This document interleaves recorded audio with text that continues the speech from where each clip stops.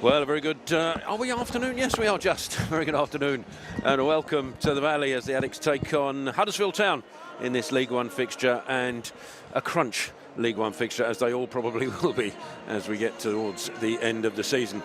Alongside me, slight change this afternoon. Normally alongside me, you had the dulcet tones of Mr. Steve Brown, but we've had Nordic intervention this afternoon. So alongside me is Mr. Greg Stubley. How are you, mate?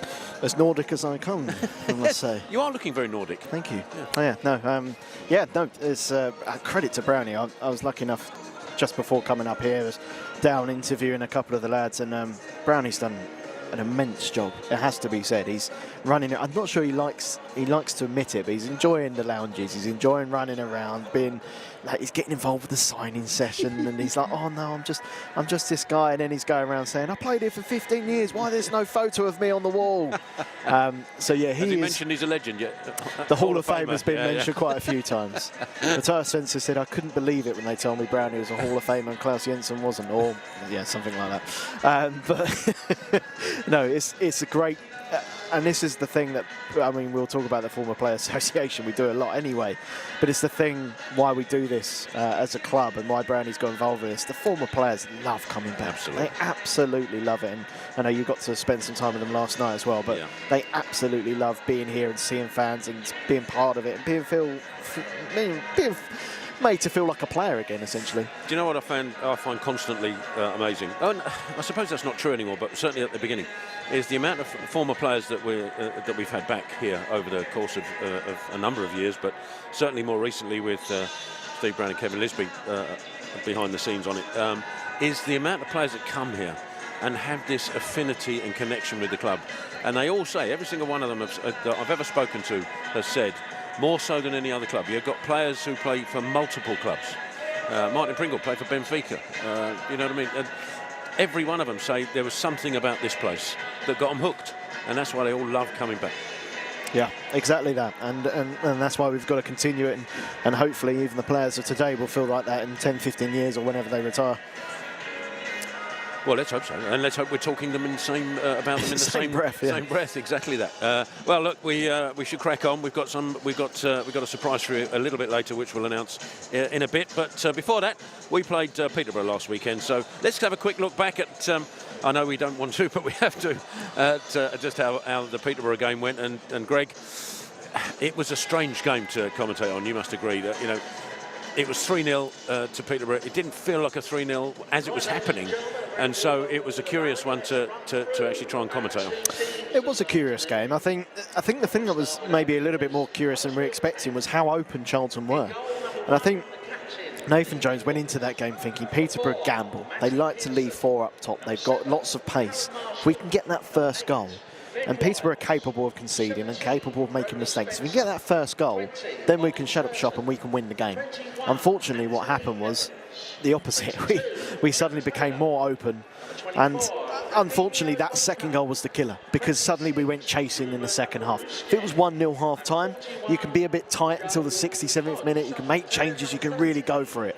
Players would tire, the front four started to tire, but by that point there was too much to do. And credit to Peterborough, I thought they were excellent, and considering how different they were to the game here, which was in January, was it January, might be February, were a completely different side, and they deserve huge credit to get it to that level. And Nathan Jones said they're the best front four in the division. I don't think he means individually, but as a unit they're a threat. And the pace was frightening at times, which we found out to our cost on at least two occasions, but actually probably more, because they had a few breakaways they could have added to the scoreline. So it was a curious game. It's one that you almost just consigned to the history books. Yeah, it was not a bad day at the office, but just it was a strange game that we were at the wrong end of. We've got to put that behind us and carry on from here.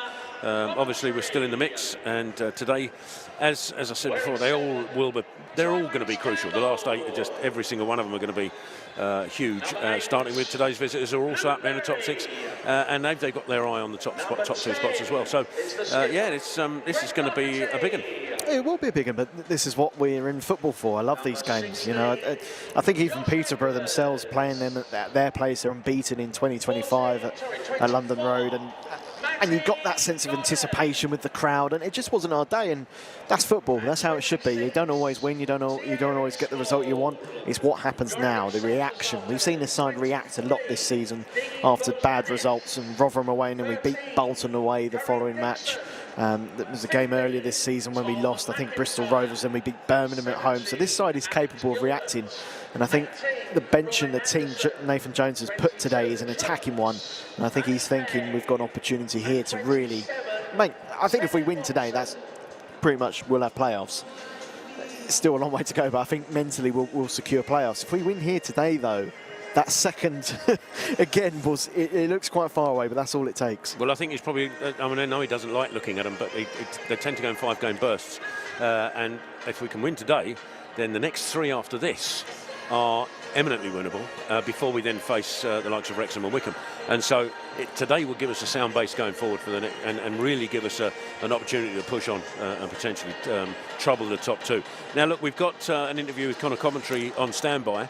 And so we're going to go to that, and once Connor Commentary is finished, we'll have a surprise guest for you. So stick with us here on Charlton TV. Connor, we've spoken to a number of the players in recent weeks and months, and the general consensus is that the mood in the camp has been fantastic. It's very positive, very buoyant generally around the ground. Has that mood been affected after what happened on Saturday? No, not really. I think obviously everyone was hurting. We came in Monday, and of course everyone was a bit down. But we went straight into the meeting, like the debrief from the game, and I think we saw there was a lot of positives, and it was good to do that meeting so early. I think because it sort of didn't let the weekend linger on, and obviously we went to training later on that day, and obviously we were going to learn from it, but it's sort of behind us at the same time as well, and we're just looking on to the next game now. It was a crazy game to watch and commentate on. We dominated for large periods. So many shots at goal without actually scoring. Was it that crazy to be part of? Yeah, it felt like a bit of a strange game because it didn't feel like we'd played too poorly. Like you said, there was times where we really dominated and had a lot of the ball and got into some good areas. But yeah, obviously we didn't punish them and they punished us, and that can happen on any given day. So yeah, it did feel like a bit of a strange game. But they obviously had a good game plan, and they've got some talented players as well. And yeah, ended up on the wrong side of the scoreline. I just got to try and put it right now. With that game still, can that give us a bit of a kick out the backside to refocus? I think so. I think the gaffer mentioned it after the game. He said the last time we had a real poor performance was at Rotherham, and we bounced back with a big win at Bolton away then, and sort of the performances after that and the run we went on was a really positive run. So he sort of said to us, look, if we do that and go and have the same reaction, same run, then it should leave us in a good place. Yeah, there's an indication of that. The last time we spoke was just after the cup defeat to Preston. We then went on a run of only 3 defeats in 15 league games, and we're up to 4th in the table. So is it about making sure Saturday was just a blip from here on in? Of course, yeah. Of course, I mean, it's all well and good us talking about it that way, but if you go and lose again, then it's obviously a problem. So of course, that's what we have to do. We have to get back on it. We're obviously back at home where we have such a great record, especially the last 8 games or whatever, and just getting back onto that and really hoping we can get back to where we need to be, get the result, and obviously we know the fans will back us, and we're all looking forward to it. Obviously the form of the squad has been at the high level recently, and your own performances have reflected that. How do you reflect on your performances this season? Yeah, they've been all right. I think it's been the most games I've played. It's the first time where I've really had a real platform to go and play sort of every week and over that long of a period of time, and I've enjoyed it. I mean, it's obviously a challenge. It's been an up and down season. Obviously every season is, and I've really enjoyed it. And I think, as a group, I think we're playing really well. I think we've come on so much as a group from the start of the season, the middle of the season, and sort of every few games. If you look back, it looks like we've really come on. So we're in good form, and we just need to back that up. You got your award for a call up to the Ireland squad with your performances in and around January. Didn't get the nod this time. Do they keep in touch with you? How does that work? Do you have to just wait for a phone call and it doesn't come, or do they keep in touch to say you're still part of the plans but not this time? No, so it's obviously in the standby squad or the provisional squad, whatever it is. So I was in that again, and obviously didn't get the final nod. But obviously that's a goal of mine. I just want to keep improving, keep pushing, and I'm playing well here, and hopefully that can help me there. We said 8 games to go earlier on. huge games, every single one. Cup finals are a cliche, but that's what it seems to be. Crowds are getting bigger, both home and away. What's that like to be part of as we get towards the end of the season? Yeah, it's unbelievable. I mean, like, I think everyone, obviously I'm speaking to Charlton fans now, how special the Valley is, and I personally really love playing there, and you're seeing the attendances, just creeping up, and it's great to see. I mean, the covered end has been amazing, and that looks like, you look at it now and it's full, and it's like, I found myself a couple of times in games, like late in the game, you're sort of in awe for a few seconds looking at it. I don't know, the gaffer might not like me saying that, I should be focused, but no, it's class, it really is class, and like you said, the away support for, the whole season really, even when we were going through tough times, the away support's been great, especially, obviously, like you said, recently some of the away attend, like you come to Peterborough game and the whole away end, and then the side as well, it's incredible really, and again, on behalf of the group, we're so thankful of it.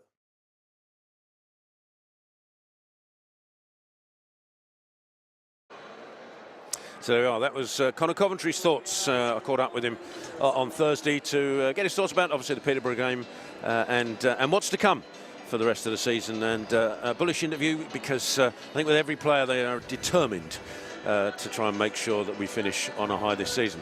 Right now, I told you I had a surprise for you, and it's quite a welcome surprise, as alongside both myself and Greg now is the doyen of commentary, and Martin Tyler. It's an absolute pleasure to have you here at the Valley. It's a pleasure to be joining you. It's an absolute thrill for us, but of course, you're not just here to see us. You're here for specific reasons. Yes, through the Joy of Football podcast that I do, we're producing a special on the 7-6 in 1957, Charlton against Huddersfield, which is obviously why we're especially here today. But we've had a lot of help. We've been working on this since the back end of last year, a lot of help from the museum, a lot of help from the club itself.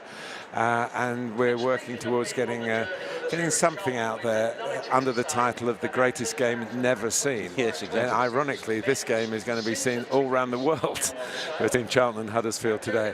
And we're trying to piece together all sorts of elements of it, and it's great fun, and we're having a lot of help. And I hope, as I say, it's meant as a homage to a wonderful game and some wonderful players. Absolutely. Some of whom didn't last very long, sadly, on this planet after the game was played, particularly Johnny Summers, who scored 5 of the goals. Absolutely, yeah. and the other 2, I believe, and illness took him far too soon. It's one of those games that I think the crowd was around 15,000, something of that order at the Valley at the time, but it became quite quickly afterwards where about 76,000 people said they were here. A 250,000. But of course, during the game, because Derek Afton, the legendary Charlton captain and defender, was injured after 15 minutes, no subs. No subs. So Charlton played 75 minutes with 10 men, scored 7 goals all in the second half, 2-0 down at half-time, 5-1 down with 25 minutes to go. And it is the greatest comeback of all time in those circumstances. But when you talk about the crowd, it was the last Saturday before Christmas shopping. Yeah. And so those who were there at the beginning, half of them had gone at 2-0 at half-time, 5-1, a lot more are gone.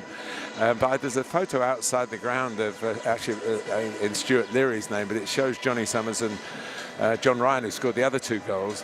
And this is in the first half because it was December and no floodlights, so there are no photos in the second half because it was so dark. And the crowd was pretty sketchy if you go and look outside. It's on one of the pillars outside, so I just noticed that today. It's a remarkable story, the game itself, and I think if somebody was to descript it for a film, there's probably a few people who go, it's a bit far-fetched, Well, I've been telling this story to a younger generation, and then they go, oh, there's an old fella going on about something. And when I start telling them the details of it, for example, the only team to score 6 and lose ever in the 4 divisions of English football, managed by Bill Shankly. Yeah. How could that happen? Left back, Ray Wilson, played for England in the World Cup. Actually not playing, but on the match programme and sitting next to Shankly because he was being rested for that Christmas period.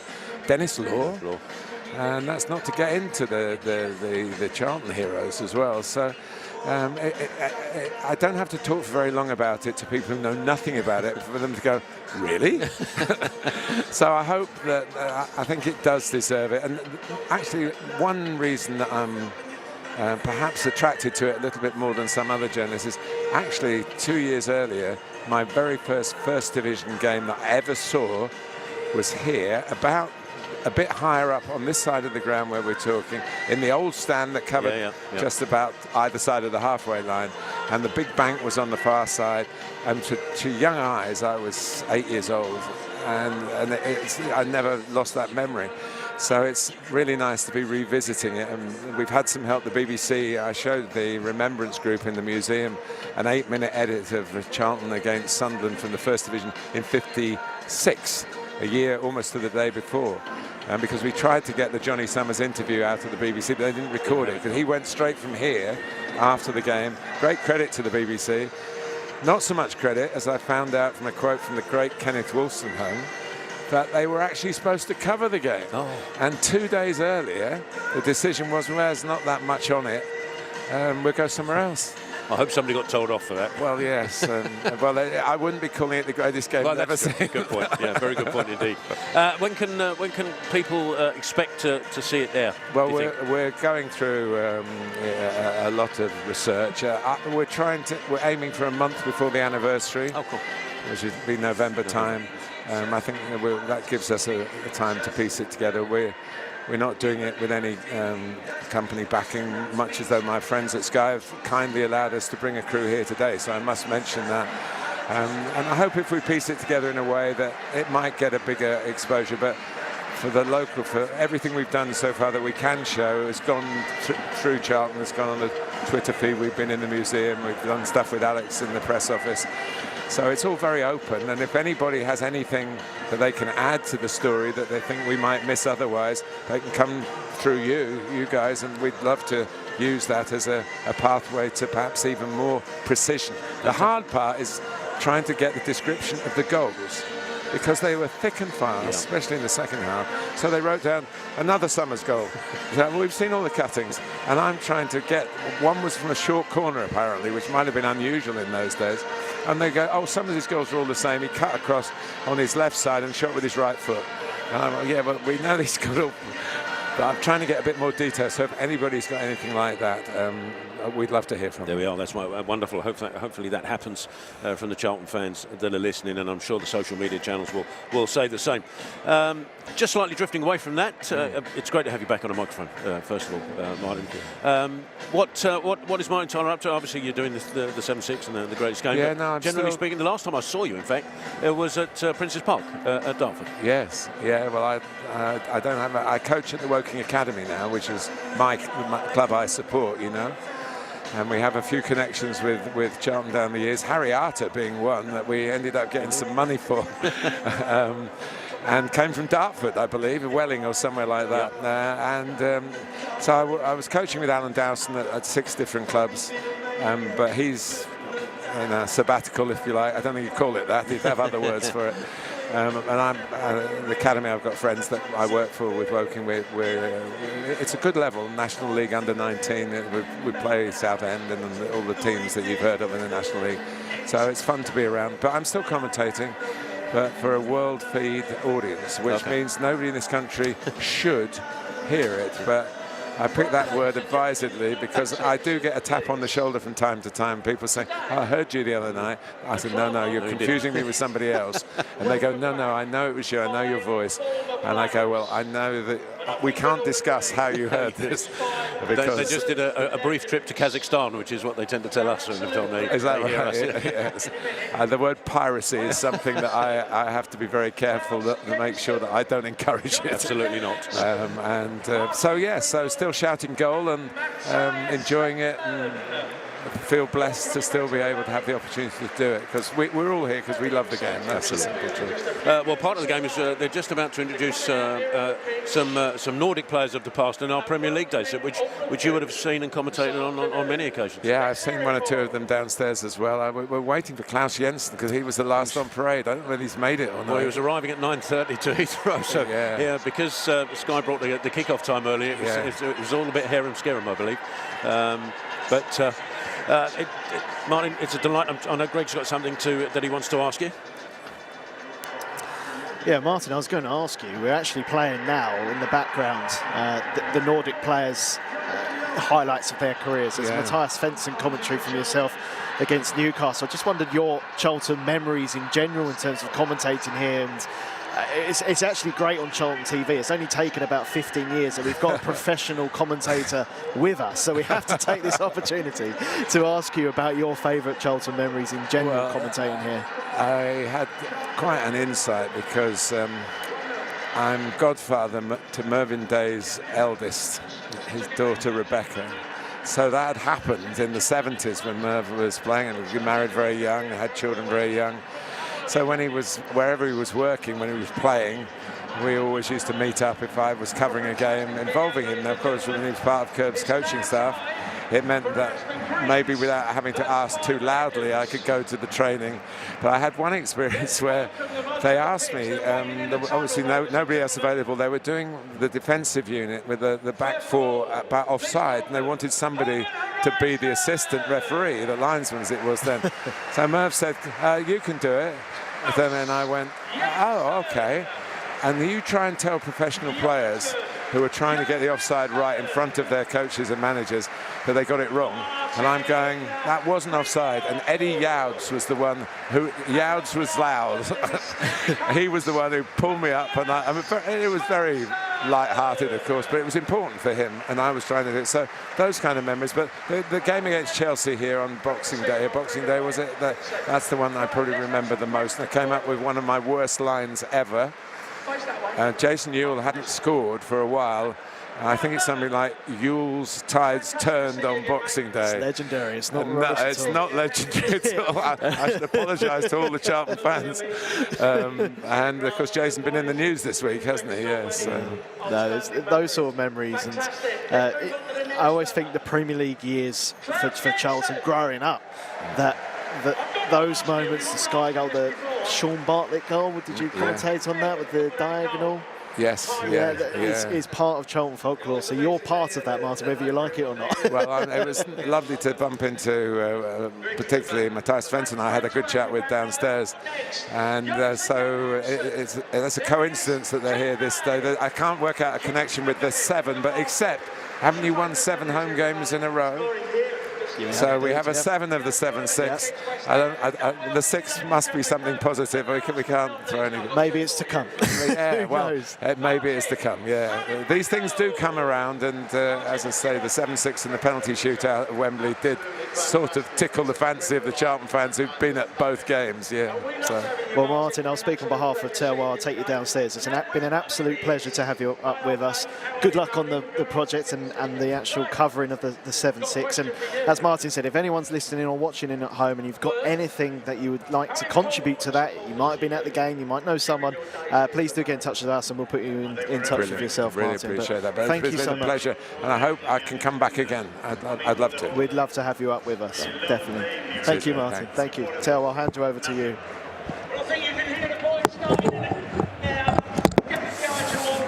Thank you, Greg, and Martin, thank you. It's been an absolute joy to meet you, and hopefully we can do so again very soon. Cheers, Martin. Take care. Thank you. So there we are, Martin Tyler. Told you I had a surprise for you. Talking to us here on Charlton TV. Always, as I said, the doyen of commentary and commentators. So there we are. That's it on Charlton TV. Just going through the introductions of our Nordic, I shouldn't say just Scandinavian, it's Nordic players. You've got Herman Aridason down there, Martin Pringle, who will come up and join us at half-time. Martin Pringle. And then we've got Klaus Jensen, Matty Svensson, and Jonathan Johansson. And absolute fantastic bunch of guys who have really enjoyed themselves being back here at the Valley. What are we now? 5 minutes to kick off, so I will read you through the teams as the players come out. We do have a couple of changes, well, one specific change on this Charlton lineup, but great to see that Josh Edwards is back in the starting lineup, and we've got Kaheem Dixon on the bench. Obviously, sadly, the injuries to Daniel Kanu and Miles Leaburn have meant that they're going to miss out this afternoon. And Dean Buzanis, the recent goalkeeper signing, is also on the bench for Charlton. So I will, as I said, read you out the lineups when they do come out of the tunnel, which isn't too far away. The sun is gloriously beating down here in southeast London. It's a wonderful afternoon. for football. The Coverdale just filling up nicely. It's an early kick-off, which may slightly affect the attendance we get today. Understandably so, because everybody's timeline shifts quite significantly. We had the PSA test, which had to be shifted as well. So I got harpooned in my dart throwing arm. That might affect me going forward. How's it been without me, Tel? No, it's like I lost my leg. Yeah, I can tell. Looks a bit lost. We've got company now, my friend. I was just just going through the fact that we had Martin Tyler alongside us, which would be a fairly special thing anyway. But the fact that we're on comms and he was on commentary and wants to come back, which is even better. So we didn't scare him away. No, not at all. And he was just saying on the way down that the Valley, I didn't realise that one of his first ever games was here. No, nor did I. Funny enough, John Watson said exactly the same thing. Right. So clearly we have some sort of affiliation with commentators. So maybe that's why they've all vacated and left it for us. But amazing man, and great memories of Charlton and Huddersfield down the years as well. Yeah, and I mentioned it just before we went on air. He was chatting to Keith Peacock downstairs in the offices, and there was a pair. You had Charlton legend and commentator legend both in the same room having a chat together. It was a decent photo opportunity. Well, the two sides are coming out below us to the left-hand side, coming out of the tunnel. Charlton obviously red shirts, white shorts, red and white socks. Huddersfield Town in a kit that I can't see as yet because they've all got tracksuit tops on, but blue shorts and green socks, I can tell you. But as they come towards the halfway line, I shall read you out the team, starting with our visitors, Huddersfield Town. In goal for them, and captain, number 1, Lee Nichols. 4, Matty Pearson. 7, Callum Marshall. 8, Ben Wiles. 17, Brodie Spencer. 20, Ollie Turton. 21, Anthony Evans. 22, Joe Taylor. 24, Radinho Bulka. 26, Ruben Ruskin, and 41, Joe Hodge. Your subs for Huddersfield, Jacob Chapman, Lassie Sorensen, Josh Ruffles, Jonathan Hogg, Josh Karoma, David Kasumu, and Tawanda Chirewa. Your Charlton side will line up with in goal, number 25, Will Mannion, 2, Kane Ramsey, 3, Macaulay Gillespie, 5, Lloyd Jones, 6, Connor Coventry, 7, Therese Campbell, 8, Luke Berry, 10, the captain, Greg Doherty, 16, Josh Edwards, 24, Matty Godden, and 26, Thierry Small. Your subs for Charlton, Dean Buzanis, Kaheem Dixon, Tom McIntyre, Alex Gilbert, Karoy Anderson, Chuk Saniki, and Tene Watson. Your referee for this afternoon is Declan Bourne. He's going to be assisted by Michael Webb and Ryan Whittaker, and your fourth official is Stephen Parkinson. As the two sides drift to either end, and the Huddersfield players do take off the tracksuit top, and almost bizarrely the colour of the shirt underneath is the same. It's like a dark blue with green shoulders as we prepare to get this game underway, in a game, Greg, that could really but could really set the tone for the next few games. It could indeed, yeah. I think, as I said just before we had Martin on that, I think this is a game that if you win, again, you're starting to look ahead rather than looking behind you. I think there's a statement to be made here. Huddersfield have had a rough time of late and made the managerial change with Michael Duff leaving and bringing in the interim John Worthington from the coaching staff, and they got that instant managerial bounce, if you like, beating Crawley. But this is a whole different test for them, and they'll know that. They'll come here knowing that we have a great home record, we're good at home, but they'll be coming here full of quality. They do have very good players. Joe Taylor up top is someone they signed from Luton in January, but had a great loan last year with Lincoln, the second half of last season. Quick, nippy player. Nathan Jones will know about him, having signed him for Luton. At the back, they're starting to get a bit more resources back. They had a lot of injuries over the last couple of months in that position, but they've got back in their team today Radinho Bulka, so they've got a little bit more depth there than they did previous week, so they'll be coming here expecting to get better and better as the season progresses, and as we know, sometimes those are the teams you can fear in the playoffs. So today is such a vital game for Charlton, not only I think in terms of just trying to stay within that conversation maybe of automatics, got to think about securing the playoffs, but also I think just mentally that this is Charlton's home ground. We've got a good record here and we don't fear anyone, and it's an opportunity today for this Charlton team to bounce back from what was a disappointing result last week. Well, it looks like it will be Huddersfield Town to get us underway. I'm not sure my nerves could take the 7-6, if I'm honest, and especially not being 5-1 down. So yeah, no thank you everyone. As Huddersfield do get us underway, attacking the Covenant in the first half, Charlton defending the Covenant and attacking the Jimmy Seed stand, where a couple of thousand Huddersfield Town fans have made the trip south. Fair play to them for that on an early kick-off time. And we wait for the referee to get us underway.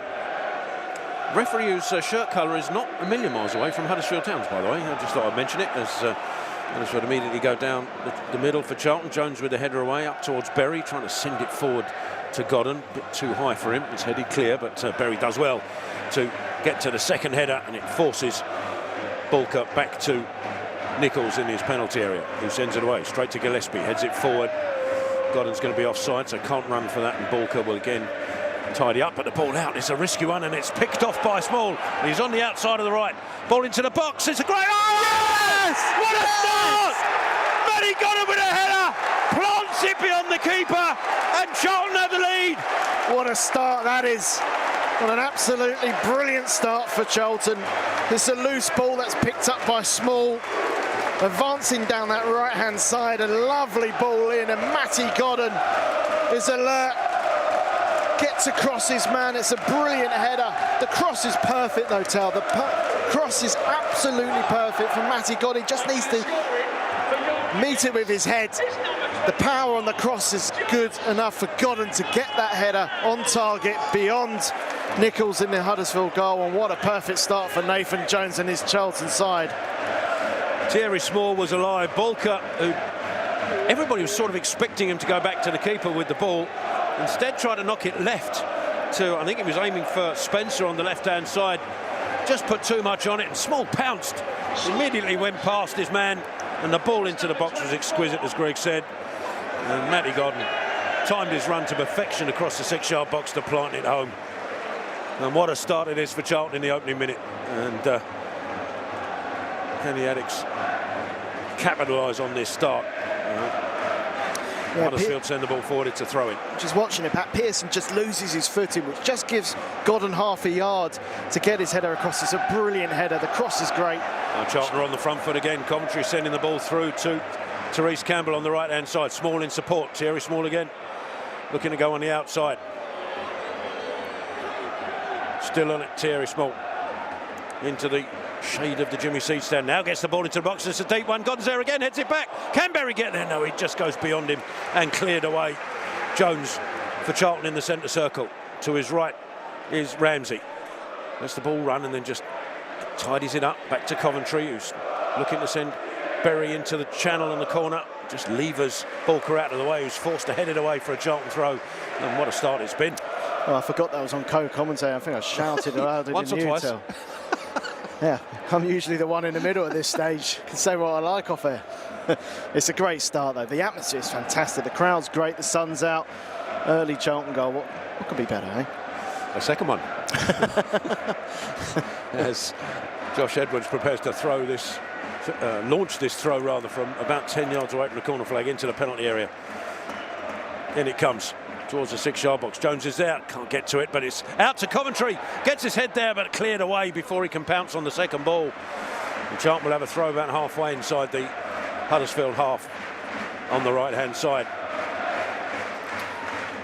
Shell shocked at Huddersfield, it has to be said. Yeah, there's an intensity about Charlton, you can tell. I mean, obviously the goal helps, don't get me wrong, but there's every player seems to be moving quicker off the ball. They look determined, and as I said last week, it wasn't the Charlton performance we've seen of late.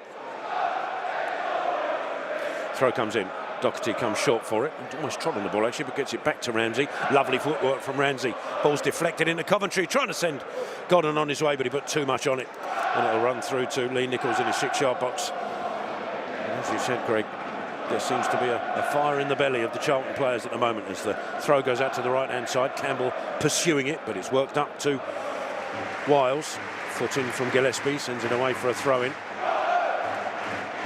And on that right-hand side is Ruskin, throws it infield. Huddersfield working it into the centre. Wiles again tries to switch the ball back across towards Marshall, but he put far too much on that and it runs out of play for a Charlton goal kick, which Mannion will take in the sunshine. In front of the covered end, which is in full voice. Yeah, and rightly so.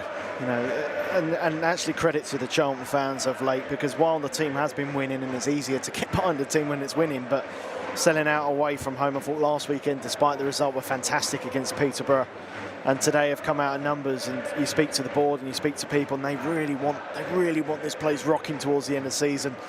And an early moment like that from Matty Godden certainly does help. Mannion's goal kick cleared away by Balker, but at the expense of a Charlton throw just inside the Huddersfield half. Ramsey with it quickly, looking for Berry, doesn't quite, forgotten rather, doesn't quite reach him, but it might do it on this occasion as another loose ball backwards, this time from Evans. Almost sent Godden on his way to the corner. Balker defending it away, but it will be another Charlton throw. Yeah, I mean, so much has happened in the first 5 minutes. We've not even talked about Huddersfield's shape. It's a diamond, so it's a back four with a diamond. But Spencer at left back is naturally a right back. Looks a bit uncomfortable for me, and we saw that early on with the ball out, which was loose, went beyond him, and Small picked it up. And already Charlton are looking to target that side. Every time they're getting the ball, they're looking down this right-hand channel. Well, Edwards has another long throw attempt, and this time Jones does flick it on, looking for Godden, just leaving his man out of the way. Campbell's there, can't direct it back to Godden, and it's cleared away by Huddersfield Town. Mannion comes out of his penalty area, and well, he played the safe option. Joe Taylor was putting him under severe pressure, sprinting out from sort of centre of his own half, and did well, in fact, and he's won Huddersfield a throw, which they've taken quickly, and it's with Taylor again, down the right-hand side now. Gillespie doing well to hold Huddersfield up, and a ball back to Balker again, almost put him in trouble. Godden couldn't quite get there, and Spencer will bring it forward for Huddersfield. On the left-hand side now is Ruskin. Cuts inside. He's back to the ball into the box. I see it went back to Hodge, who sent it forward, but Charlton defend that away. Doherty clears it, and it's cannons off of Callum Marshall on the way for a Charlton throw. Yeah, as I mentioned about Huddersfield, they do have good attacking options. Taylor and Marshall up top, both quick. Marshall's got a good left foot on loan from West Ham, Northern Ireland international. Taylor we saw last year at Lincoln, a good player. So that back three, last week against Peterborough, against pace, got exposed for potentially one of the first times this season, and now they've got that lead and be able to drop another 5 yards back. That was a good flick on from Godden into Therese Campbell's path, but he couldn't return the favour. Huddersfield tidy that up, work it back to the keeper. Godden looking to put Nichols under pressure, now gets it away. Gillespie meets it with a header. Berry can't guide it towards Godden, and it will run through to Spencer, who brings it forward for Huddersfield down on the left. Further left is Ruskin. Ball inside to Evans. Back with Hodge inside. Pearson with a touch to Evans, and it was an illegal touch because it was Pearson who bundled Berry out of the way to get there. Charlton have a free kick. It's about halfway inside the Charlton half, right of centre. Jones quickly touches it left to Coventry, bringing it forward. Connor Coventry out to the left is Edwards. Campbell makes a run ahead, but it's inside to Coventry. Now back with Gillespie as Huddersfield try to push and press. Doherty guides it back to Mannion. Jones to his right. Jones with Ramsey further right. He just wanted the ball to him a bit quicker, I think, and so has to go back to Jones with Ruskin covering. Now Jones looks to send it cross-field. It's a good ball to Edwards. Had to wait for it, but he's now got space to move into it. Ball up to Godden. A lovely touch out to Campbell. Therese Campbell on the left side of the penalty area. Cuts in on his right. Campbell with the shot. Blocked away. But only as far as Small on the right side of the penalty area. Takes it on his left foot. Tries to curl one in. It's blocked away again. Oh, the ball out again is a risky one from Marshall. And he's had to clear it away, and Coventry has to defend it before Wiles can get there. Huddersfield have a throw. And they're trying to up the tempo, Huddersfield, to get back into this game, but Charlton win possession back. Berry out to Edwards, inside to Godden. Instant touch to release Campbell on the left. Campbell gets to the byline, crossfield ball, almost found Berry. Pearson gets there just ahead of him and clears it away for the corner. Yeah, it all started because Huddersfield are playing this diamond. So what that means is they're playing with 4 central midfielders, essentially. If you remember back to the Lee Bowyer promotion campaign where Charlton had those 4 central midfielders, that's what Huddersfield are doing. What that means is Charlton have options at full-back, at wing-back in those final third areas, because the right-backs won't want to push up. The right and left-back won't want to push up of Huddersfield. So Edwards on the left-hand side has got acres of space where the right-back's tucking in. And we saw a diagonal ball out from Jones. Huddersfield need to get those front 2 defensively in those wide areas to prevent that. It's a packed 6-yard box as the corner comes deep. Keeper should climb it. Nichols, oh, he does, and then dropped it almost at the feet of Doherty, who claims it at the second attempt and tries to release it quickly because he's got 2 Huddersfield players going forward. One of those is Marshall, who heads it infield. That's read by Gillespie, but the ball goes straight back to Marshall. Infield it comes, well read by Coventry, and he's intercepted the ball. And Charlton have possession back with Doherty in the centre circle. Does really well to avoid 2 tacklers. Third one coming in from Spencer. And then it's a great tackle from Small, but he's taken out. And he's on the sideline in some pain, Thierry Small. It's Ramsey. Is it Ramsey? He's in front of the advert. Oh, it is as well, you're right. He's lying down in front of the advertising boardings. I could just see legs writhing around, and he looks in some pain.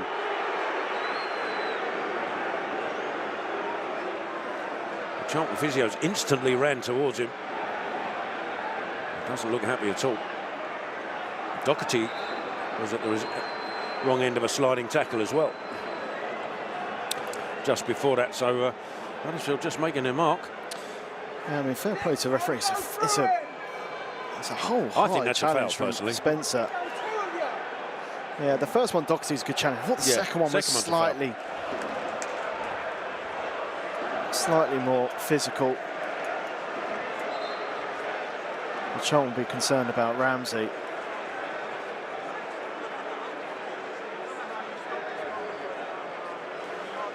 Well, obviously at full speed the referee might not have thought that second challenge from Spencer was a foul, but looking at it on the replay, I think it clearly was. He got to the ball late. Oh, he didn't get to the ball, he got there late. Ramsey got to the ball first. He ended up in a heap on the sideline. Now, Charlton have obviously pulled the goalkeeper going down routine because Ramsey's off the pitch, so he can't, in theory, we should be playing on here, but Mannion's gone down, injured, of course. Charlton are concerned here, Tel, because you can see Adam Coe just explaining things to Ramsey. Maybe it's, do we take a chance? Do we? Well, I think that it was the ankle that took most of the impact, and that's been twisted. He's up on his feet, which is great to see. Let's just hope there's no lasting damage here. Well, it's good to see him and Spencer exchange a handshake. They could tell it was a full committed challenge, and I actually like the. It sounds a bit weird, this. As long as Ramsey's okay, I like the fact the referee allowed that to continue. It's a crucial game. There's going to be tackles flying in.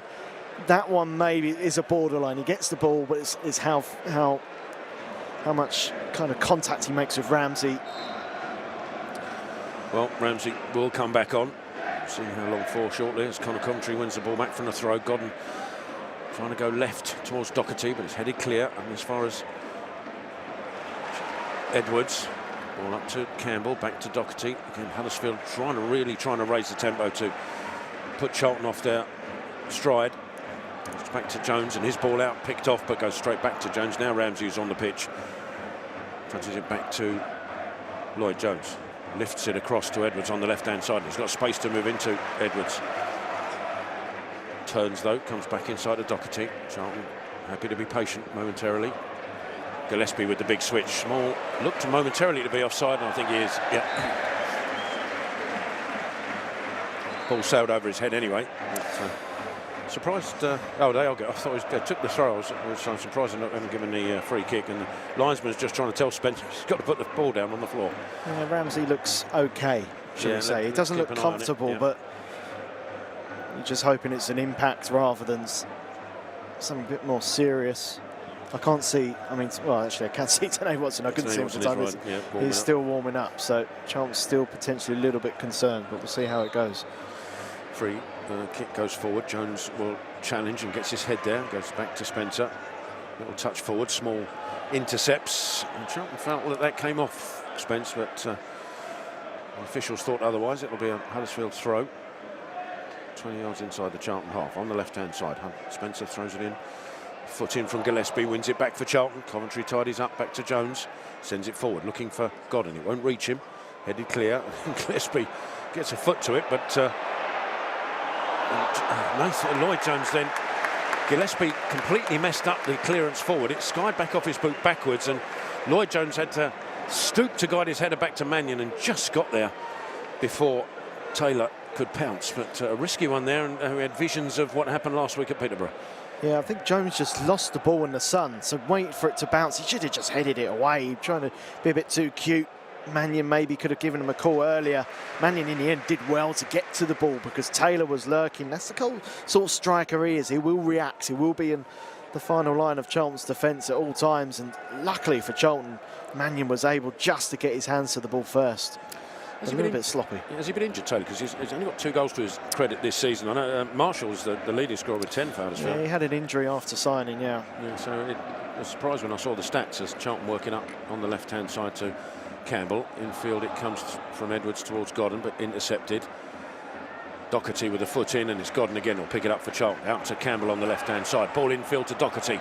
Doherty lifts the ball across the penalty area. Small trying to attack it. Spencer gets there. Small still trying, and will reach it before it goes out of play on this right-hand side.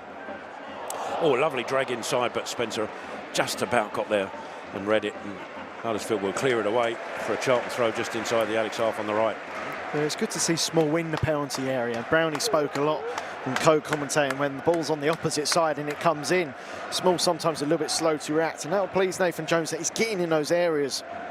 Crossfield diagonal ball from Coventry, trying to pick out Campbell. He'll find him eventually, and Campbell in the area takes a shot! Oh, what a finish by Tyrese Campbell!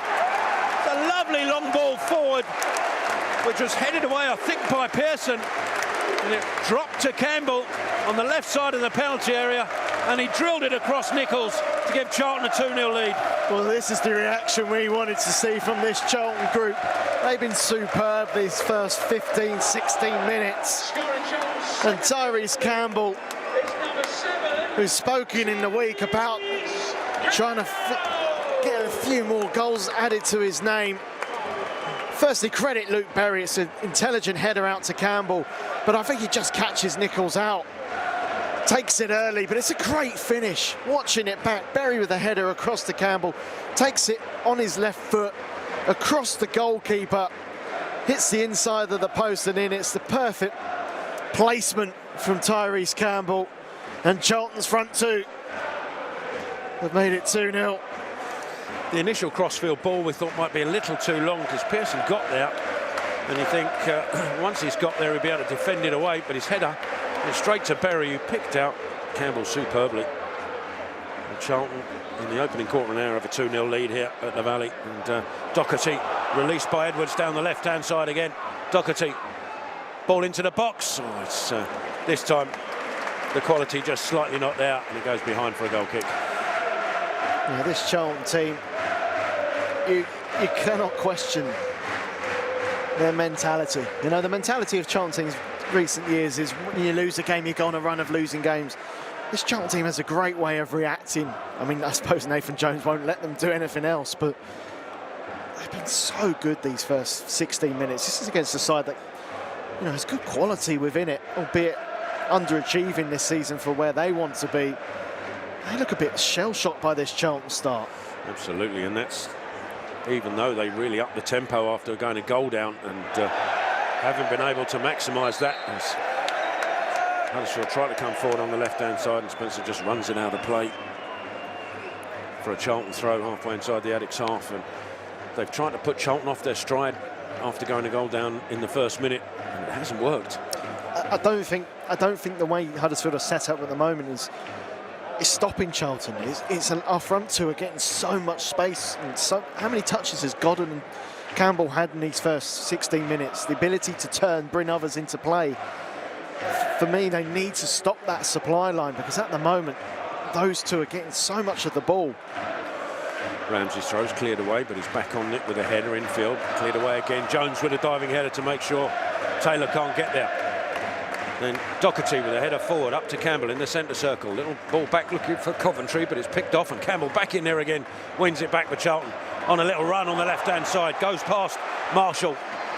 up against Turton. Takes Turton on the outside, but then checks. He's got Edwards in support, who lifts the ball high, wide, and into the back of the Jimmy Seed stand. And again, it's Tyrese Campbell, turning on the front foot. And that's what Peterborough did so well against us last weekend. Godden didn't really have a touch. Tyrese Campbell didn't really have many opportunities to run. When Charlton get those two in the game, especially Campbell, he's got that turn of pace, he can go out wide, he can drift. It becomes hard to mark. And Huddersfield at the moment aren't doing a good enough job of stopping that. And long may that continue from a Charlton perspective. Goal kick sent away, headed on by Spencer. And Jones will meet it for Charlton. Small trying to flick it further on. Evans in the way. His ball forward picked off by Jones again. And Ramsey does well to collect it for Charlton. Out to Small. Got caught in possession, Small, and Ramsey had to bail him out, and he did superbly. Down the line, picked off by Bulker, but a ball inside straight to Campbell. Campbell, lovely touch past Bulker, and he's on a run now.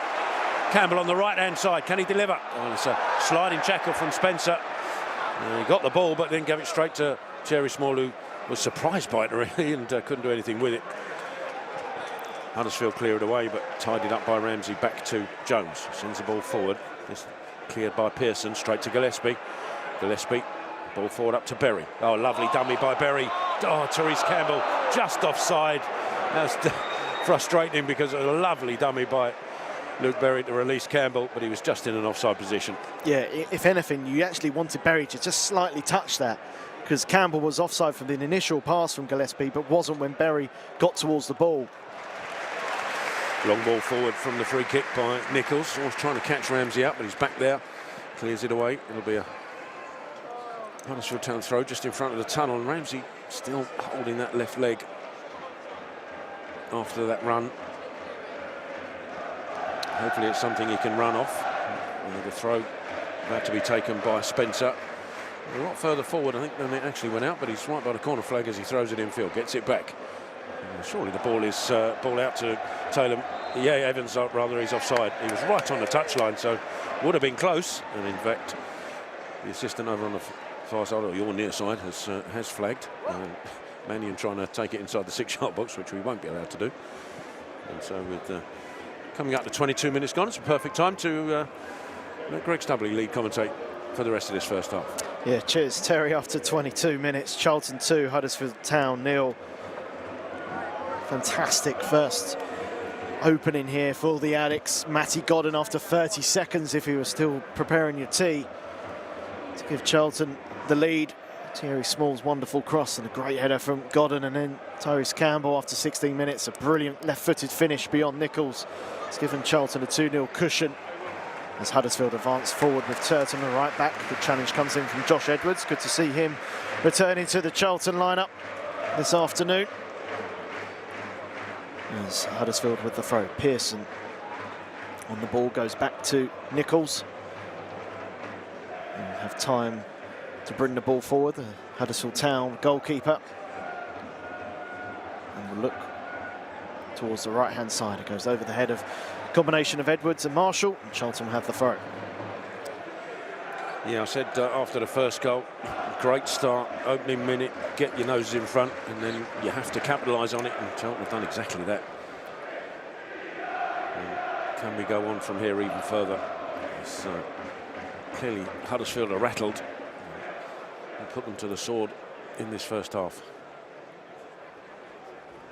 Throw down the line, header inside, and now Berry.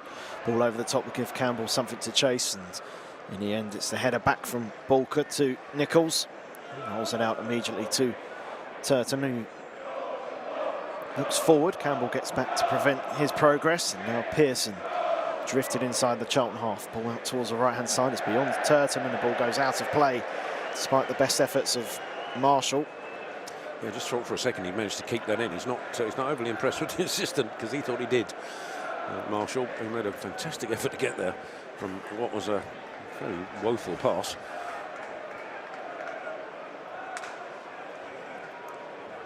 Edwards with the long throw, looking towards Godden. It's headed away by Pearson. Doherty with the header up in the air. Evans forward, looks for Taylor. Jones is there for Charlton, up towards Doherty. Ball comes down, Marshall heads it inside. Now Evans, ball forward, look for Taylor, who's got beyond Jones to the right-hand side, looks to take on Gillespie and gets beyond Gillespie inside the penalty area. Taylor looks up, lays it off for Evans, and the ball goes beyond him. Berry with the ball back to Ramsey. Inside the penalty and brings it forward, Ramsey. And retreats back and finds Jones, and Charlton will start again with Doherty. Inside to Gillespie. Now Jones again. By the 6-yard box. It's Lloyd Jones, but Charlton play it out as Edwards back to Jones, who clears forward up towards Berry. It's beyond his head.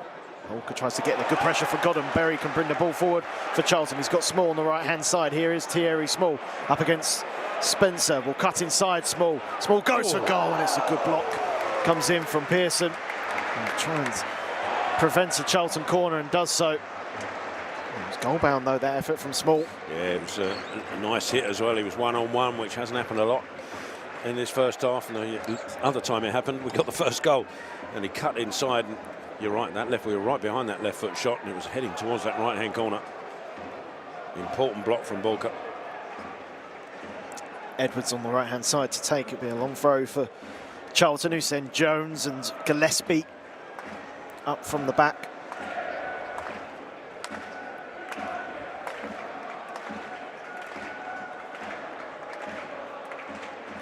Edwards with the long throw. Headed up in the air by Bulker, and then Marshall flicks it on, and it's 2v2 here at the back as Huddersfield bring it forward through Taylor. Ramsey trying to get back, still with it, Taylor, and challenge comes in from Small, a vital one with Wiles making good progress on the right-hand side. Huddersfield still have it with Hodge. Left-hand side is Evans. Ball inside, good challenge from Berry, wins the ball back for the Addicts. Berry trying to poke it forward, it comes to Wiles, edge of the penalty here. Wiles goes for goal, and it's comfortably over in the end, but slight warning sign that from a Charlton perspective. Huddersfield broke in numbers. Yeah, they might have done their research on that, as the Addicts last week got caught out twice for breakaways when we were putting the other team under pressure.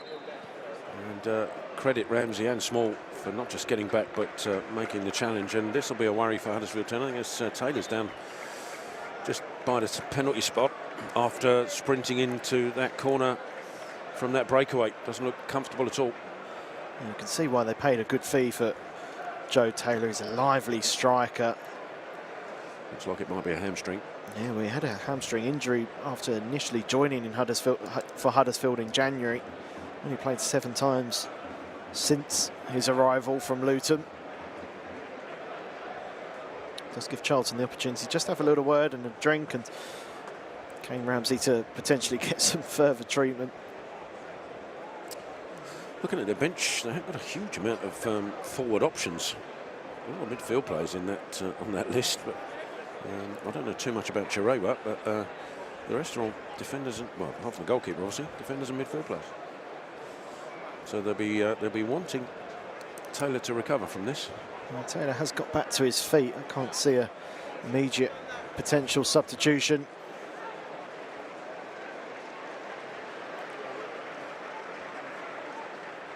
There will be plenty to be concerned about from a Huddersfield perspective. From a Charlton perspective, it's been the ideal start.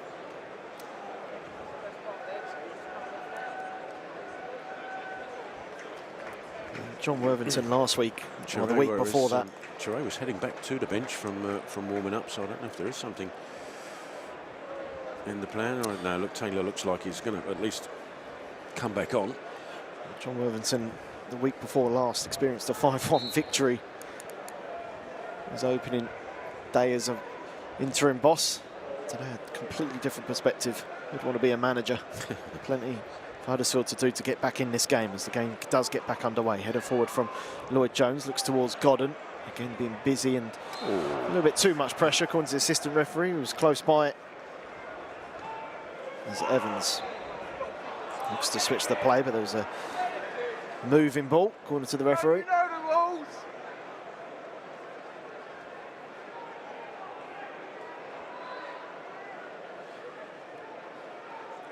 Huddersfield with the free kick. Bulker back to Nichols. Right-hand side will look to Turton, who takes it under control. Ball inside's a good one to Wiles. Back it comes to Evans in the centre circle. Left-hand side is Spencer. Held up by Small and goes back to Bulker as Charlton will push up. Good ball inside to Pearson. Looking for an out ball, finds Hodge, but Charlton have done well to pen Huddersfield back. This ball comes to Nichols.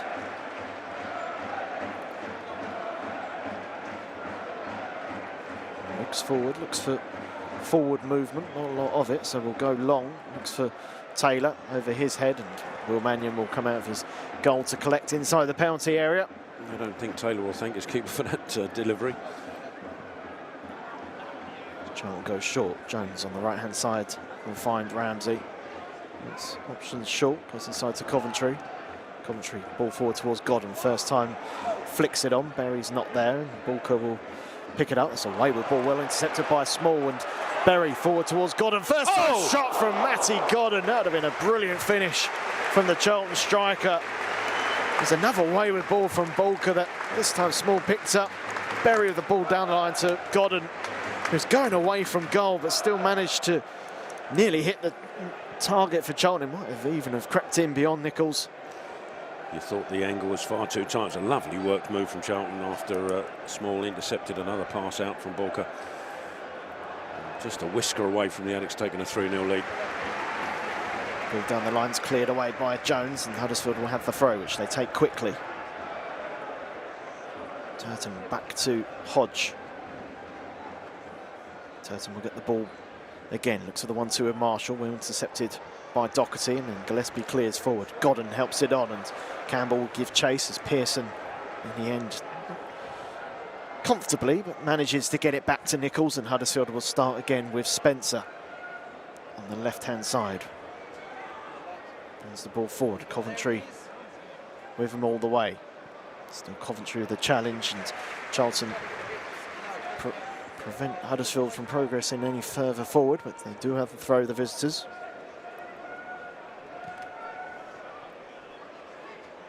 Spencer to take, throws forward, looking towards Taylor. Challenge comes in from Coventry as Evans looks towards Marshall. It's a good touch from Marshall, looks to lay it off for Taylor, and there's Coventry to react. It's Gillespie. That's a lovely ball forward towards Godden. He's been sent clear on the right-hand side, but Huddersfield get bodies back. Not a lot of Charlton support as Godden goes back to Campbell. Campbell could have turned there, but instead plays safe to Ramsey as Huddersfield get plenty of bodies back. And Charlton have it through Coventry. Ramsey down the line to Small. First time ball forward, looking towards Godden's, headed away. Miles helps it on, but there's Jones for Charlton.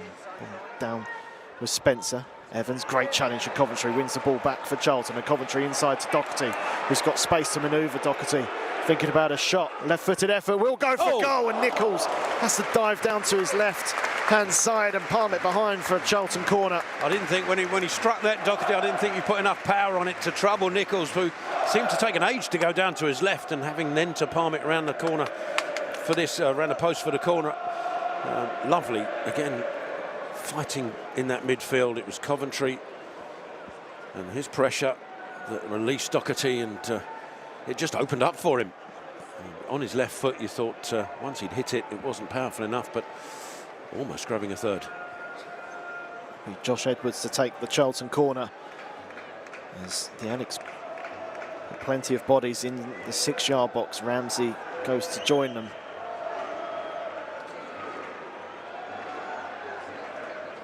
Edwards swings it in towards the far post. Jones gets something on it. The ball's cleared away in the 6-yard box, still up in the air, and the assistant referee has spotted a potential offside. I think from the initial Jones touch, I think Godden might have been offside. An age to put his flag up because the ball had been cleared and was dropping out of the sky before he decided to put the flag up.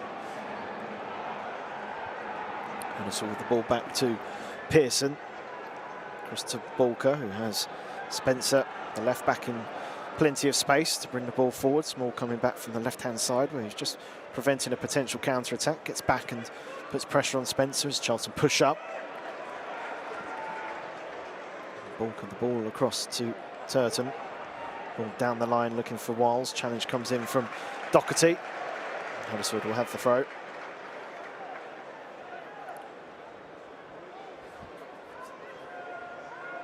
back with Pearson. Here's Turton, the ball down the line. Gillespie wins the header.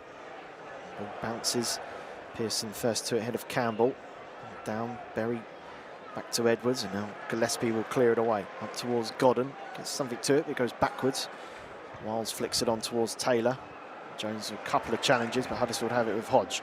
Up towards Evans, great challenge comes in again from Coventry. And Berry on the right-hand side is Small. And Small, 2 for company, he doesn't mind that. Small tries to take it beyond Evans, and a little touch off the Huddersfield man. Charlton with the throw. I don't think Evans was overly impressed that the linesman gave that. He didn't think he touched it. Did look like it from here. Goes back with Ramsey, and now Coventry. Back to Gillespie. Berry makes a good run forward, and the ball goes in that direction. Balker with a header away. Doherty towards Godden. There's Small to the right-hand side. Here is Small in the penalty area. Small lays it off for Godden. Godden with the attempt. The ball sat up. I think it was a volley in the end for Godden. It was an instant touch and turn and shot.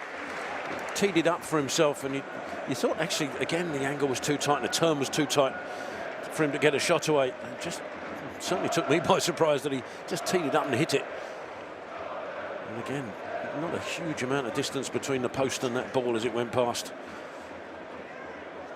Sadly, the wrong side. Again, the space Godden was allowed in that inside that penalty area. He doesn't need much to create an opportunity. Jones with a header forward. Hodge likewise, and then just an accidental trip of the heels by Doherty on Marshall gives Huddersfield a free kick. They'll send bodies forward for this. Everybody, pretty much, except for whoever's going to take it. Evans, the one man who isn't almost by the Charlton penalty area, except for the goalkeeper. Evans to take. As you say, Tel, there's plenty of bodies forward for this.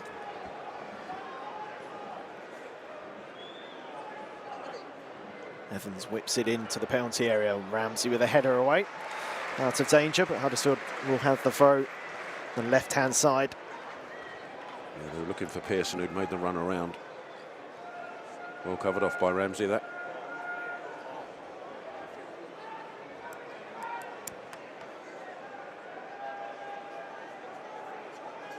Spencer to take. Throws it inside towards Pearson, who flicks it on, but Gillespie's there for Charlton and clears it away. Gives Tyrese Campbell something to chase, and he will chase. As Hodge has to turn away from Campbell. Down the line towards Spencer. Good challenge from Coventry, wins the ball back and is inside to Berry. Berry looks up. Not a lot of movement to the left-hand side, so cuts back. On the right is now Small. Small up against Spencer. Cuts inside Thierry Small, still with it. Here's Coventry. On the right-hand side is Ramsey. Ramsey down the line towards Small, who's onside. Small held up by Hodge, looking for an opening. It's a decent looking cross to Small towards Berry, who arrived late. He got there for Charlton, but couldn't hit the target. Another great cross from Small. I don't know if there was a clash of heads in there as he got to the ball, Berry. I think it was Turton who was tracking him, and he got there first, but I think Turton, in his effort to get to the ball in front of Berry, caught the Charlton man, who stayed down in that 6-yard box, but he looks to be okay. And just in that move, I think it was Ruskin went down for reasons I can't explain, actually, which gave Charlton that sort of overlap opportunity down this right-hand side. Yeah, Thierry Small's pulling out all the footwork tricks in this first half so far. I'm not sure what happened with Ruskin, as you mentioned, Tel. I think it might have been an accidental. Yeah, it was an accidental barge from Coventry in the end, I think. Just got his body across. Yeah, maybe it wasn't that accidental. It wasn't that serious either. It's a header forward from Ramsey's. Play restarts. Edwards, likewise for Charlton, was taken out by Marshall. And Charlton will have the free kick.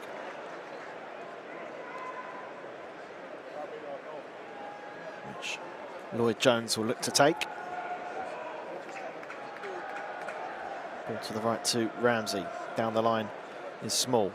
Small holds up the ball against Spencer. He's got 2 for company, Small, so goes back to Ramsey. All the way back to Mannion, and Charlton will start again with their goalkeeper. First time out on the left-hand side is Gillespie. Campbell makes a run down the line. Gillespie, ball over the top. Ball just stops, but Huddersfield clear it away as Doherty flicks it on, but it comes to Hodge. He's got space to bring the ball forward, looking for movement. On the right-hand side is Turton, back inside to Hodge. Turton again, down the line to Marshall, keeps it in. Edwards comes back for Charlton and defends well. Ball cleared away, Huddersfield Town throw. Yeah, it's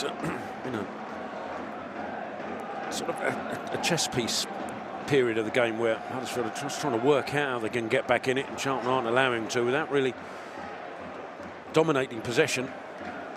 But Huddersfield just can't really seem to work out a way to get past Charlton's midfield and defence at the moment.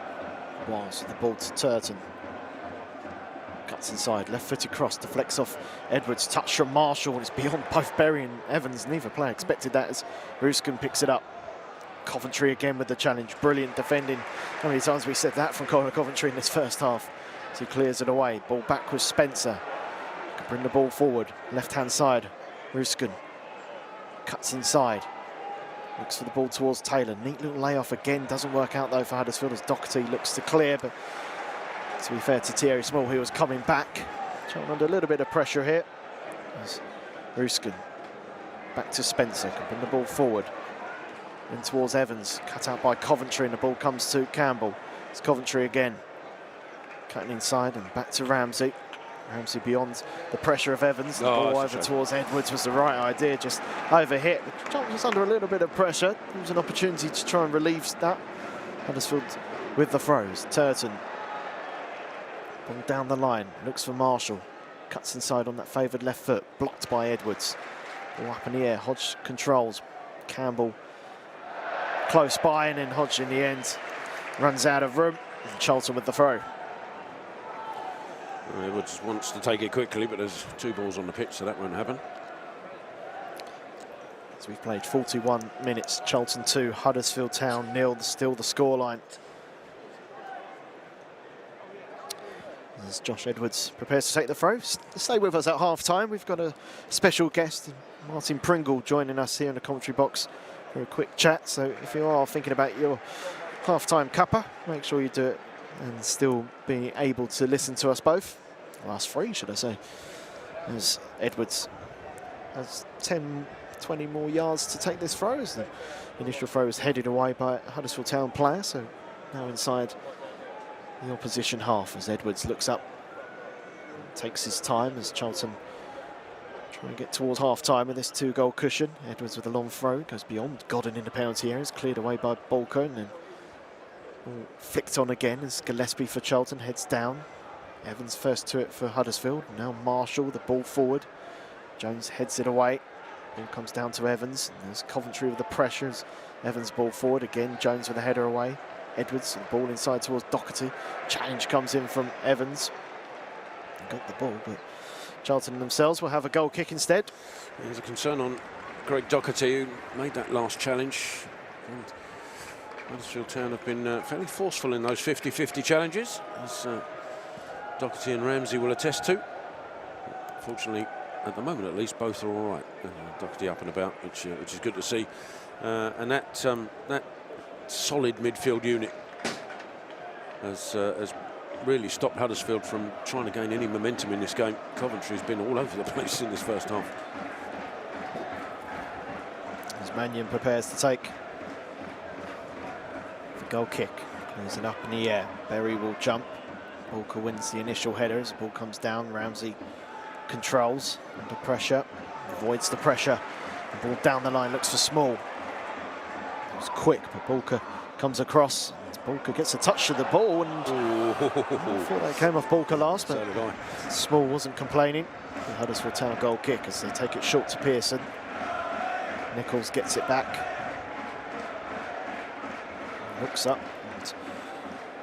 A lot of options ahead of him, so play short again to Pearson, who gives it back to his goalkeeper, and again it's not pretty from Huddersfield's perspective as they go long looking for Taylor. It's over his head. Jones will clear it forward for Charlton. Hodge wins the initial header. Marshall tries to get under controls. Ball's back with Edwards. Ball down the line. Campbell's quick. Will put Nichols under pressure as his clearance is headed up in the air by Godden. Straight back to Nichols, who rolls it out to the right-hand side, and Turton. Ball towards Taylor, lays it off for Marshall. Ball down the line, looking for Wiles, cut out by Jones. It's Pearson with the header forward. Coventry in with the challenge. Hodge. The neat ball inside, looking for Evans. Evans towards the right-hand side. Small watches it all the way and just flicks it out of danger.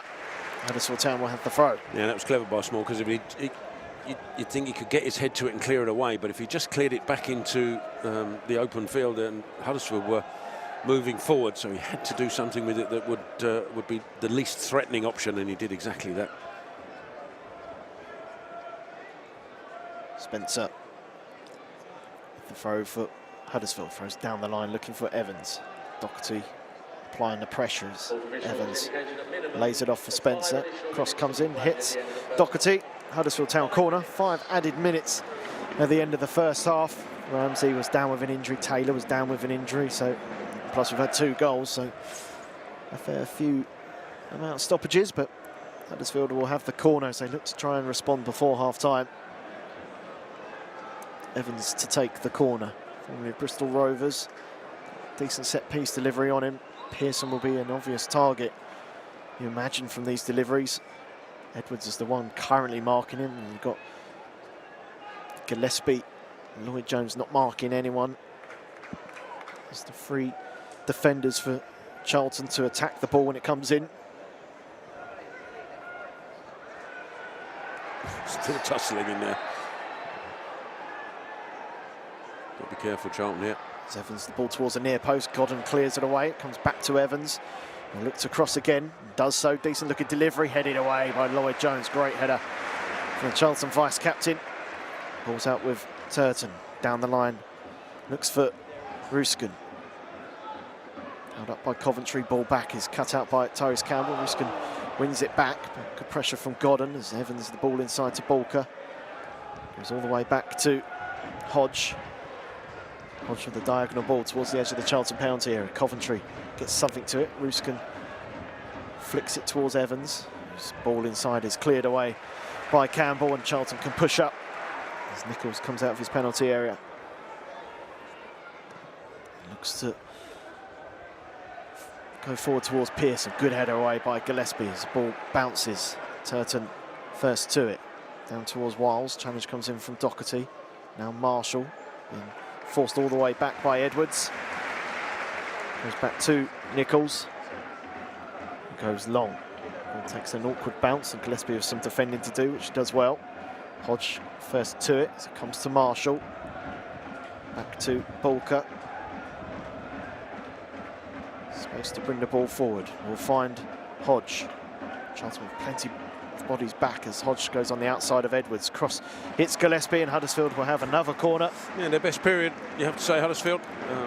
Again, without really threatening the Charlton penalty area, or the 6-yard box, but mounted a fair bit of pressure. Charlton just struggled to get a foot on the ball.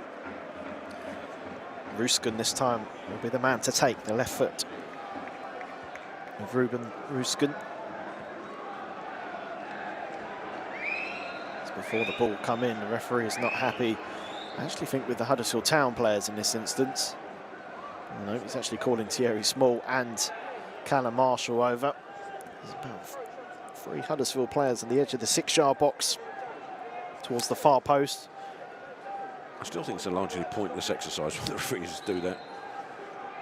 As Ruskin prepares to take, whips it in, decent looking delivery, and there's a foul in there, spotted by the referee. See, that's why I think the initial chat is pointless, because just let them carry on and just give the decision, whether it be a penalty, whether it be a free kick. That's the only way really players are going to learn to not do what they're doing, and they're all trying to grapple with each other, trying to get space in a very congested sort of 6-yard box area. Just let them take the kick and give the decision when it happens. Yeah, in fairness, I couldn't really spot a lot watching it on the replay. There wasn't something too obvious, but the referee is watching all the way. Referee Declan Bourne. As Mannion with the goal kick. At least 1 additional minute to play here at the end of this first half. Reminder, Martin Pringle will be joining us at half-time. Looking forward to that. As Spencer will take the throw. Ball goes out to play, and Spencer throws down the line. Taylor the target, helped on by Ruskin. And Jones gets something to it. Huddersfield will have more progress to take the throw.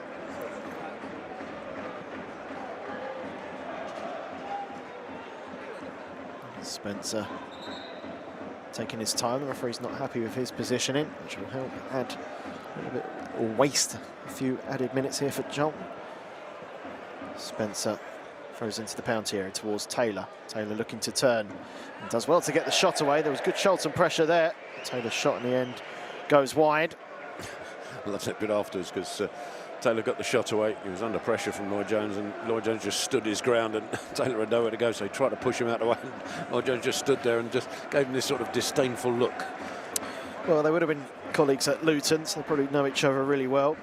Likewise, Berry. Well, he's had no joy so far from his ex-colleague. There's Mannion with the goal kick, and there is the half-time whistle. After 45 minutes, it's Charlton 2, Huddersfield 0. Goals courtesy of Matty Godden after 30 seconds. His 16th of the season after Thierry Smalls crossing the penalty area. Godden only needed half a yard, and his header was too powerful to beat Lee Nichols in the Huddersfield Town goal. And then Charlton made it 2, and Tyrese Campbell finished a lovely left-footed finish beyond Nichols to 16 minutes. Charlton themselves have had more opportunities. Matty Godden's seen 2 efforts go narrowly wide. Greg Doherty forced to save from the Huddersfield Town goalkeeper as well. But after 45 minutes here at the Valley, it's Charlton 2, Huddersfield Town 0, and Terry Smith alongside me. It's been a 45 minutes of enjoyment for Charlton. Absolutely. I mean, we before all these type of games, it's, oh, it's a big game, and you know, can Charlton rise to the occasion? Can we continue?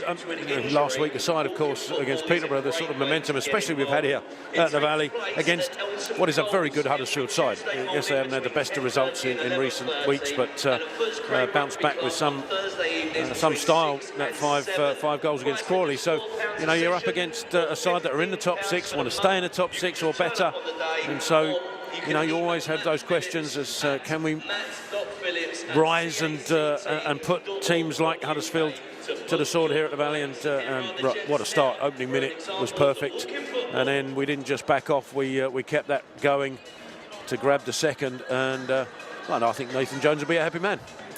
Yeah, he certainly will. As we say, we're going to be joined by Martin Pringle. I fear that he may get a bit congested with...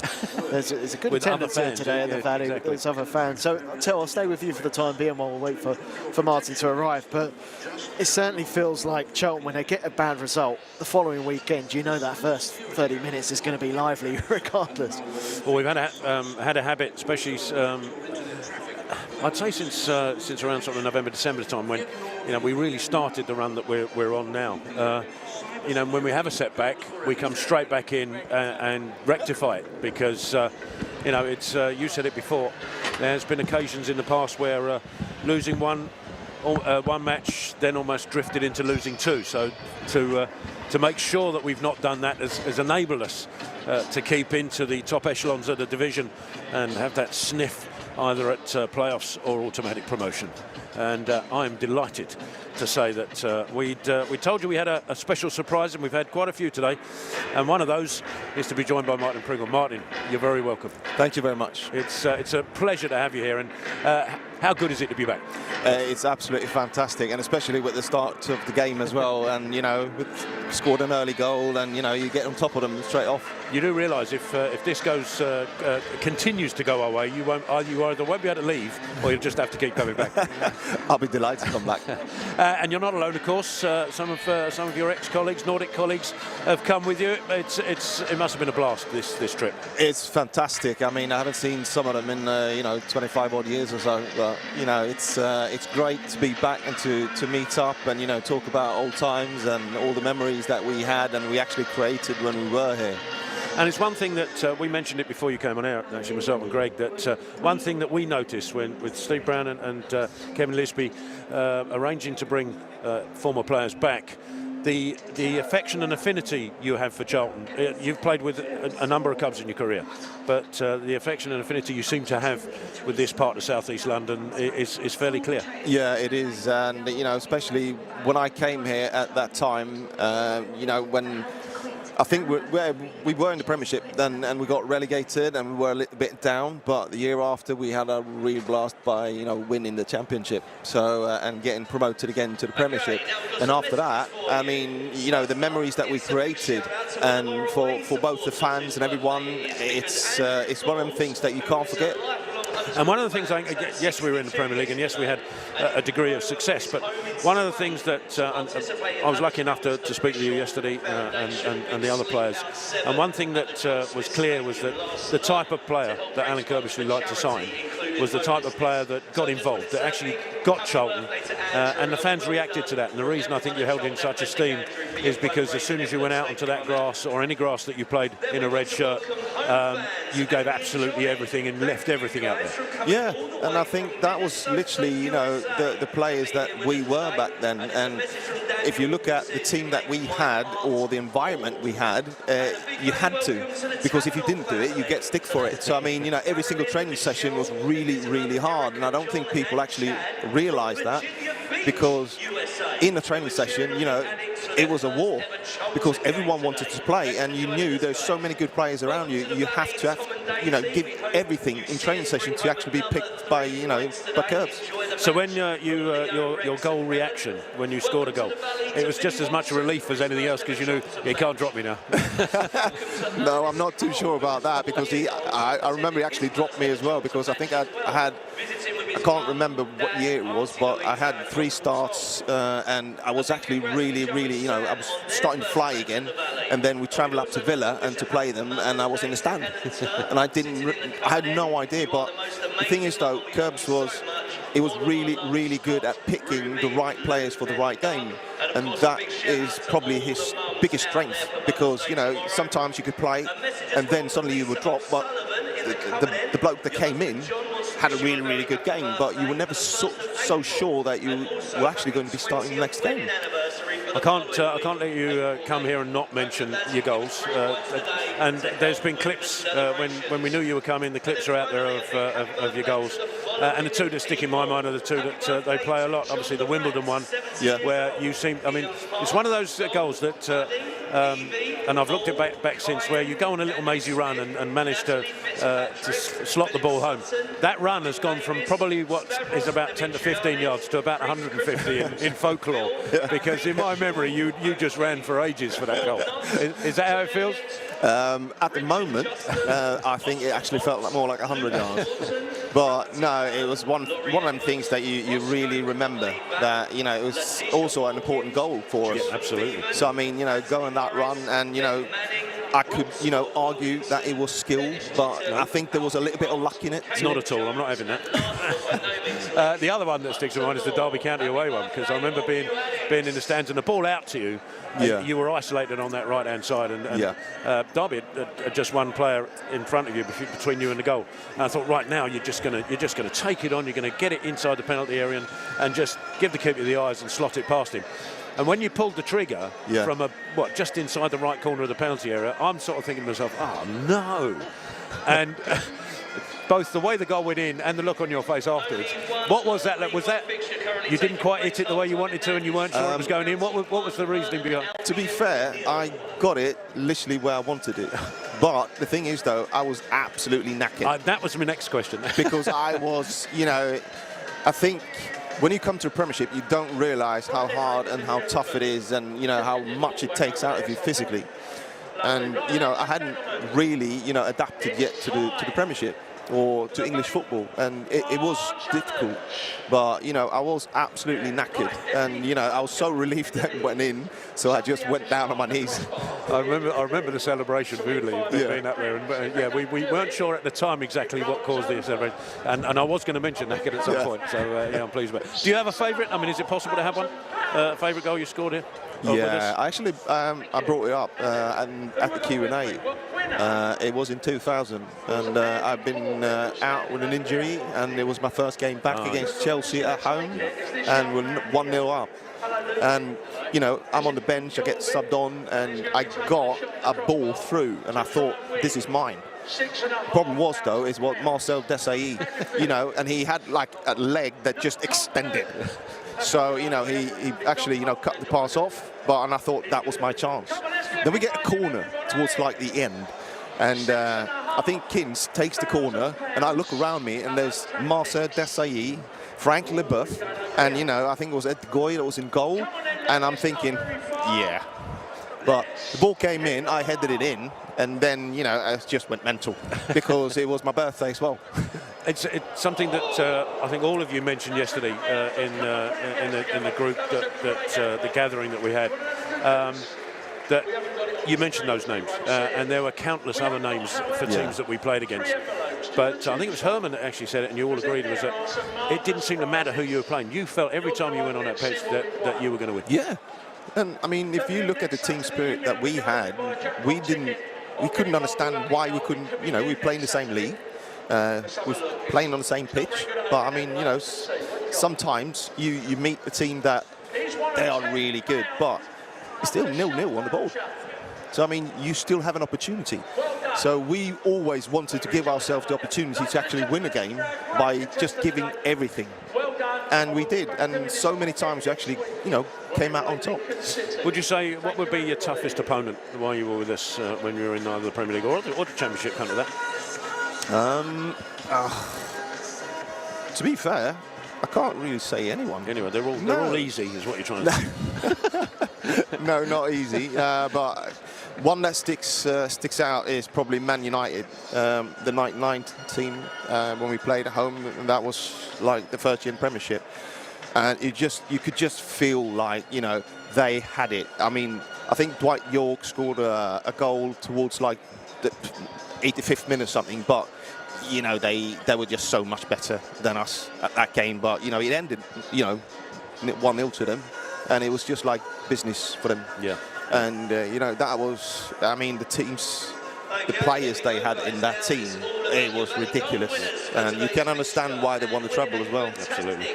As I said, it's great to have you back here. Martin Pringle, what have you been, we discussed it yesterday, you're now director of football, you've been a coach, you said you're preferring this role that you're in now. I do, yeah. I was a coach for, I don't know, 15 years, and I took my pro license, and, you know, I've done most of it, but then, you know, once you get older, you know, you start thinking differently, and you want another challenge. And the challenge was actually I got an opportunity to become a sporting director. And I did, and that's what I'm doing now. So over in Sweden, have you got some talent that you can send Nathan Jones's way potentially in the future? That's not an impossibility. Oh, good. But speaking of talent, I mean, when you were with us in the Premier League, even back then, we had a clutch of young players coming through the academy and coming through the system, which we've got again. It was one of the key things for Charlton. And who would say that you saw coming through at Charlton that then developed? Who would you say would have been the pick of those players, those young players? Well, the one that stood out, I mean, Scotty already like broke through, but the one behind him was actually Paul Konchesky. And, you know, he was lightning fast, he had a brilliant left foot. The problem he had was that Chris Powell. So, I mean, Chrissy was like, you know, the main man on left back. So, and, you know, he rarely set his foot wrong. And, you know, he's a good player. So, I mean, you know, I can understand that Paul probably in the end thought that it was better actually to leave. To get a chance. Yeah. Martin, it's been an absolute thrill to have you back here. Please tell us you're going to come back again and don't leave it. How long's it been since the last time? 25 years. Yeah, exactly. So we can not leave it 25 years because I might not be here for a start. No, I'll probably come back for the summer for the golf. Oh no, yes, that's a good shout. Yeah. So yeah, please come back. Please make sure your colleagues come back with you. It's been an absolute delight, Martin. Cheers. Brilliant. Thanks for joining us. Thank you very much. Martin Pringle, ladies and gentlemen, here on Charlton TV. A thrill to have him here alongside us at half-time. Martin, take care. And as he goes to get mobbed on his way back to the lounges, Tom's going to save him. That's all right. That's good. We're probably going to take a little break. It won't be very long, but I think we'll take a little break, and then we're back with you as the players come out for the second half. But that was good, wasn't it, Martin Pringle? Yeah, well done, Tel. Really enjoyed that. Delighted to be joined by special guests. It's been a good day. Been a good process. Can we just try and make sure that Brownie stays down there this time? Well, Brownie's getting comfortable now, so I think he won't last too long. Yeah, he'll be calling us and be like, I like it. Need to be back, yeah. With you Whether we let him, of common course. folk. No, Brownie's done an amazing job. I tell you what, Brownie for the club has been fantastic. We can say these nice things when he's not here. Yeah, we won't don't tell him we said it. He's done a lot for this club over the last since he's been back involved, but especially this year. And I think he's certainly helping Gavin with the colleagues that he's had through the years and getting to know the fans again as well. So it's been great. I was actually going to interrupt you, Tel, and say there's probably no point for a break because I could see that Huddersfield were about to come out because the chat you had with Martin was far too enjoyable. So I had a mini break, so I'll let you have a mini break. But thank you for leading that as Charlton are back out for the second half alongside Huddersfield. I can't see too many players being stripped and ready from their perspective. I don't think Charlton are going to make a change either, which is good, which suggests that Kane Ramsey's okay after that initial scare early on in the first half. But welcome back if you did tune away for the half-time interval. It is Charlton 2, Huddersfield Town 0. The scoreline here at the Valley on Charlton TV, sponsored by NordVPN. Goals courtesy of Matty Godden after 30 seconds in the match. And Tyrese Campbell after 16 minutes. Two very different finishes, but two very good ones. And there is a Huddersfield Town substitution at half-time. Jonathan Hogg has come on. I didn't hear who's come off, so we'll try and work out the logistics. But Hogg, an experienced centre midfielder, is on. I did wonder whether it would be Taylor, but he is back on. 17,278 here today with 1,600 Huddersfield fans. I think it's Hodge. Is the man who's made way. Joe Hodge is off for the second half. Hogg is on. No changes for Charlton, who's shooting towards the covered end. Plenty of sunshine in that final third of the pitch as we are back underway. Joined by myself, Greg Subley, and alongside me, Terry Smith on co-commentating. As the ball's over on the right-hand side, Charlton looking for a quicker start to the second than the first as Thierry Small has the ball. Ball back to Doherty. First time cross, lofted in towards Godden, headed away by Pearson, then by Wiles. Comes to Coventry, headed back forward, headed away by Pearson.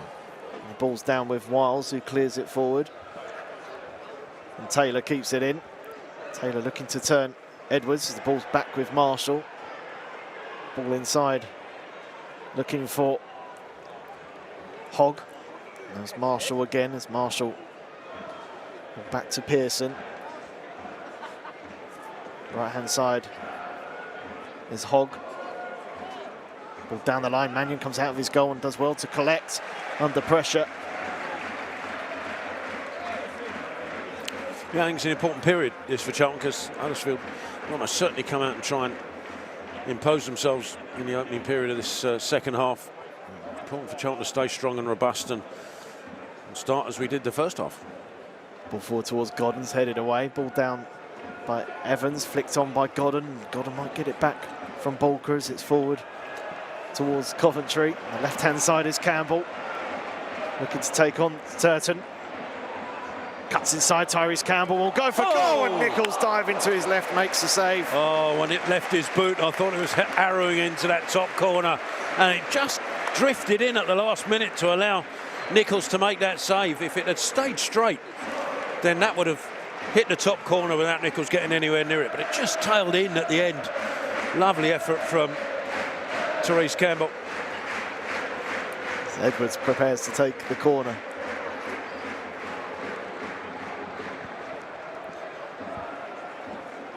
Charlton send bodies up from the back.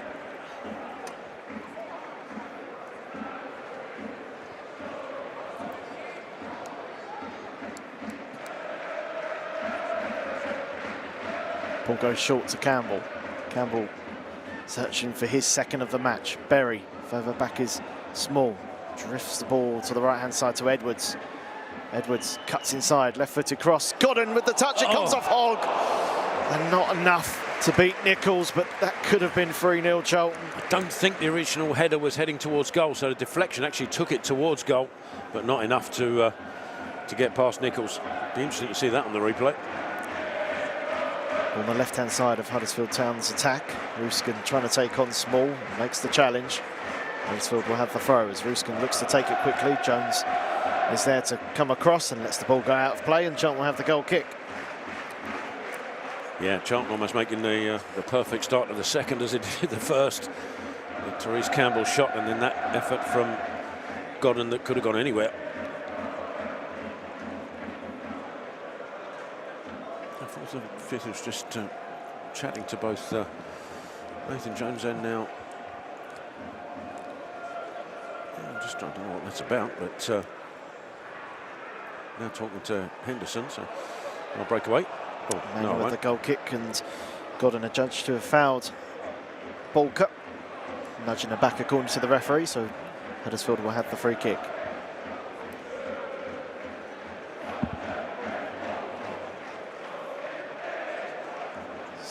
Pearson under pressure from Campbell, goes back to Nichols. Right hand side is Turton. Back to Pearson. Looks forward, on the right is Turton again. Campbell applying the pressures, Turton with the ball forward. Wiles under pressure from Coventry, wins the side of throw. Throws inside quickly to Turton. Gives it back to Wiles. Inside now is Marshall, lets the ball come across his body, and on the left is Evans. Cutting inside, he went to dummy a shot, and in the end lost his footing, and Doherty will release Campbell on the left-hand side. Campbell up against Pearson, goes on a run, Tyrese Campbell. Wiped out by Evans coming back. The referee has spotted that, and it is a yellow card given to Evans. It's a super run by Campbell. And, cut inside, and he was just about to release the pass. I think he was going to be looking for Godden with the pass, and got taken out by Evans. And, well, Gillespie on free kick duty, what do you think? He's just scored from one. Arguably a better free kick a week later, which didn't find the target, well, found a target, but didn't find the back of the net. And he'll be interested in this, I suspect. And there's going to be a queue of Charlton players here for this one. Berry, we've seen Gillespie score from one. Berry is in conversation as well. He probably does suit a right-footed player more.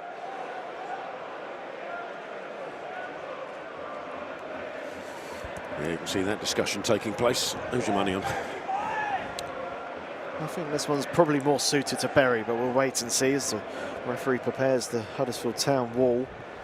Will they try something a bit clever here, Charlton? Depends where the keeper goes after he's made his wall now. He's drifting across to the right-hand side, so Gillespie sends this to the left. I think there's a gap there, you know. We'll wait and see. Plenty of discussion going on regardless. Tyrese Campbell's also there for Charlton. Campbell goes on a run. Berry lays it off for Doherty. First time looks for Godden. Comes back to Berry. First time effort. Nichols with a great save, diving down to his left. It wasn't what Charlton planned, but it nearly worked. Yeah, the original plan was for, I think, to release either Godden or Campbell into the penalty area with the pass. The little 1-2 on the edge of the penalty area. Got blocked away, but when it fell back to Berry, that shot almost found its way into the bottom corner. Two good saves from Lee Nichols prevents Charlton from scoring a third in this match. He's been stretched, that's for sure. Yeah, that left-hand side of his body is going to be full of bruises later. As Berry with the diagonal ball in the penalty area. Jones jumps, the ball goes up in the air, and Nichols punches away. Could have caught that. As Campbell the header down, and Huddersfield clear it away. Not quite sure why Nichols didn't catch that, but me neither. Slightly curious as Mannion, ball forward. Berry will give chase. Turton with the header down. Hogg heads back, and Turton will have it again. Ball down the line. Gillespie there for Charlton. First time. Won't reach Ramsey, who's up against Hogg. Godden wins the ball back brilliantly for Charlton under pressure from Bolker. Good challenge comes in from Ruskin, but there's that man, Connor Coventry. Lovely ball, finds Doherty. Now Berry on the left-hand side. is Campbell. Opportunity here for Charlton. Campbell cuts inside. Come on! With the finish. It's another wonderful Charlton goal, and it's another brilliant Tyrese Campbell finish to give Charlton that third that they've been looking for. Well, we said last week he got into positions against Peterborough where didn't seem to want to pull the trigger, wanted maybe to get it on more perfect position for his left or his right foot. But on 2 occasions now, the first goal and now this one, makes his way into the penalty box, opens his body up and planted that shot beyond Nichols, who had no chance. Well, the initial credit has to go to Connor Coventry for winning the ball back yet again in the middle of midfield. A lovely ball, found Doherty inside to Berry, immediately on that left-hand side to Campbell, who just had the presence to cut inside onto that favoured right foot, open his body up and find that far post. A brilliant finish from a man who seems to get better and better as the week passes by. And Nathan Jones said about Tyrese Campbell that he's such a prospect, no, I won't say that, such a player, such a good player, but we haven't seen anywhere near the best of Tyrese Campbell yet. I think we might be getting closer and closer. Well, this race is going to be a busy man post-match with the Lounges as Huddersfield Town get the game back underway. Diagonal ball takes a slight deflection en route, so Huddersfield will have the throw. Ruskin throws back to Evans. Evans back to Balker, under pressure from Godden. Ball inside finds Hogg. On the right-hand side is Turton. Cuts inside Campbell. Back to Balker. Ball down the line. Ruskin under pressure from Ramsey. Comes across. Brilliant defending from Kane Ramsey. Inside to Doherty. Gives it back to Ramsey. Tries to be a bit too clever as Ruskin wins the ball back, but there's Doherty again to clear it forward up towards Small, who does superbly well to hold off Spencer. And Charlton will have the free kick as Spencer brings him down. Yeah, it's good work from it, all of them on that right side. Ramsey, Doherty and Small, ensuring that they protect the ball, especially in that right corner, to not allow Huddersfield to sniff on a way back into this game. And the horrible thing about early kickoffs is you go and look around and see how the teams are doing. Of course, they're not even playing yet. Mannion prepares to take the free kick. And forward towards Godden, who's headed down, comes towards Small. Good feet from Thierry Small, cuts inside. Looks to switch it over to Campbell, who's hunting a hat-trick now. It's Campbell on the outside of Turton, cuts inside. Lays it off to Coventry. Back towards Campbell, the ball goes under his feet. The first thing Tyrese Campbell's got wrong this afternoon. I think he was looking to see where Coventry was running to maybe instantly give it back to the Charlton midfielder, but took his eyes off the ball in the process. Huddersfield will have the throw.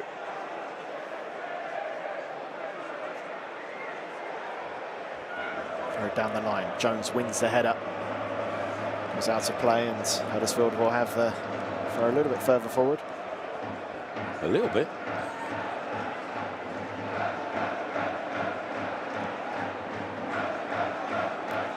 Back to Pearson, who's under pressure from Campbell.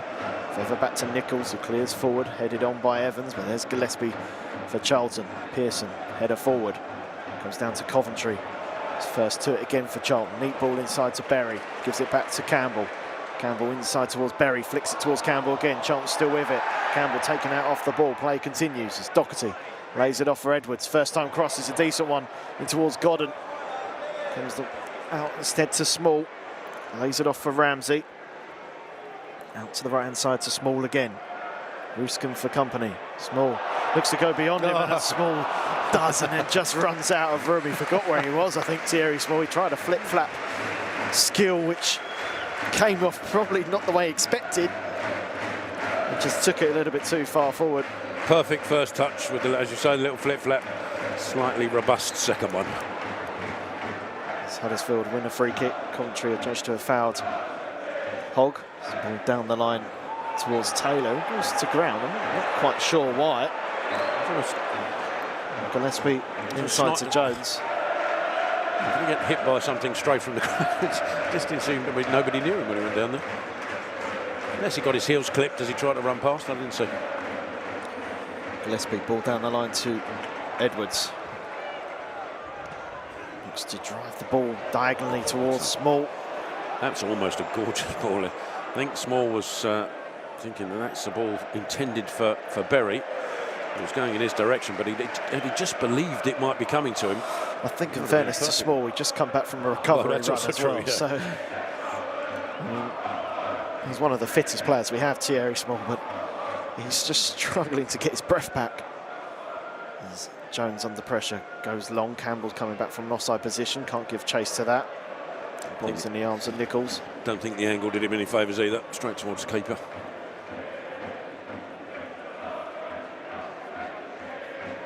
Back to Nichols, who's under pressure. Godden clears forward. Gillespie heads it to Doherty, and now back to Jones. To the right to Ramsey. All inside to Coventry. Across to Gillespie. Got Edwards on the left-hand side. Inside instead is Campbell. Further left to Edwards. Ball down the line, looks for Campbell, who continues his run. Tyrese Campbell, options in the penalty area. Cuts inside. Lays it off for Doherty. Forward looking for Godden. Comes back to Campbell. Campbell lays it off. Doherty. Chance for the Charlton captain. Hits the crossbar. Then hits the goalkeeper. And Charlton have their fourth. And Greg Doherty's going to claim that one. All day long and twice on Sunday, he'll claim that. Whether he'll get it or not is another issue. It came back off the crossbar. Was it going in before it hit the keeper and nestled in the back of the net? I can't tell. Maybe you'll see better from the replay, Greg. The Addicts have a 4-goal cushion now. And the crowd are loving it. The ball came to Tyrese Campbell, yet again involved. Laid it off for Doherty. His first touch just allowed the ball to sit up. He hit it with plenty of power, hit the crossbar, it came down, hit the back of Nichols. Whether it was going in or not after he hit the initial crossbar's debatable. But what's not debatable is Charlton have their fourth, and the Charlton captain's going to claim it. I think he's got his wife and young son here at the Valley watching that and loved every second of that as he was blowing kisses up to him in the celebration. Well, at least it's an assist. There you go. I think you'll be struggling to get it off him, but regardless of what the, I'm not going to be the one dubious goals pen will tell him, if there is such a thing. As Pearson with the ball down the line. Gillespie's there for Charlton. Charlton 4-0 up here in the sunshine. This ball comes down towards Turton, under pressure from Coventry, and it's good pressure. And Charlton will win the throw. Triple change coming for Huddersfield. Substitution for Huddersfield, replacing number 21, Anthony Evans, is number 18, David Kasubu. Replacing number 24, Rodinho Polka, is number 3, Josh Raffles. Double change. Treble, in fact. Karoma's coming on as well. Karoma is on for Taylor. And he's replaced by number 10, Josh Karoma. Well, Worthington had to do something, I suppose. Ruffles is also on for Bolka. Right, can somebody nip down to the lounges and kidnap our Nordic contingent? Because they're Done well there. clearly what we need. Kasumu is also on for Anthony Evans, so triple change. Throw comes in, headed down the line by Godden, out of play. Huddersfield will have the goal kick, so yeah, confirmation of that triple change. Kasumu, Ruffles and Karoma on for Taylor, Evans and Bolka. As Huddersfield the ball forward towards Karoma, coming back from an injury. Decent pace and tricky customer for Charlton to deal with as Edwards clears it away. Just had a text from Steve Brown saying apparently I'm never doing comms again. Let's turn with the throw. Gets it back from Hogg. There's Coventry. Comes across, trying to clear it away. Challenge comes in from Turton. Be a corner comes that, off Coventry last, and Huddersfield will have a corner I think he felt he was fouled, Connor Coventry. I've just did a thing on my watch saying you're in a loud environment. I'm surprised that doesn't go off more often. There is a response to that, but I won't do it. Bruskin with the corner. Swings it in. Decent looking delivery towards the far post. The header comes down and Small touches it only as far as Turton, who catches it well. Oh. Doherty gets his head in the way. Threw He's himself down in the way feeling of the that. consequences of that. And Charlton in the end win the throw, but Doherty's still on the floor being helped up by Mannion. Well, now with a double memory of today. A goal and a... Now's the perfect time to tell him it smack in the might not face. be his goal. No, I'm not saying it. He might not remember you being the one telling him. He might not even remember the goal. Doherty's okay to continue. Edwards will have the throw as that Charlton voices you can hear in the background. The covered ends looking more full. Lower covered ends pretty much full. Fantastic attendance here. Early kickoff, never an easy one to get to. There's Small trying to advance forward. Ruffles cuts out that potential route. He's been down the line. Ramsey under pressure from Ruskin. Back, and Ramsey will let that go out of play as Ruskin's challenge came in. Charlton with the throw, and if it stays like this for another 10 minutes or so, that's where Nathan Jones will just think about utilising his bench. We've obviously got another game Tuesday. Oh, it's Tuesday. Yeah, it's Tuesday Mansfield, coming. Tuesday Mansfield. night, As Ramsey with a throw forward down the line. Small can't get there as the ball comes back, and Doherty with the challenge. Got another whack in the head. Another whack in the face, which I'm sure he would appreciate. The referee just stopping play. I think he will want to get that checked after 2 successive head injuries. So, like Doherty says, no, I'm fine.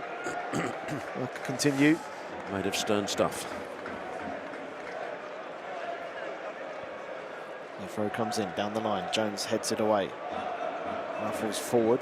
Godden gets the ball down and looks for Berry. He's made a good run down the line. Berry, 2 for company, Luke Berry. Spencer trying to get back. Berry's done well to hold up the ball.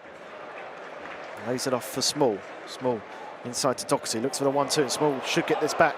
Thierry Small. Oh, the ball wouldn't sit right for him to get the first time cross in time. Yeah, that's a shame. It's a lovely work move down that right-hand side, and as you said, Greg, it just didn't sit for him to get that, to wrap his right foot round that ball. Pearson advancing forward for Huddersfield. On the right-hand side is Turton. All inside. Good challenge comes in for Lloyd Jones, who's just been fouled by Koroma. Charlton will have the free kick. Excellent work from the Charlton vice-captain, spotting that Koroma was potentially looking to turn. Just got there first. And Charlton took the free timed kick his tackle quickly. perfectly.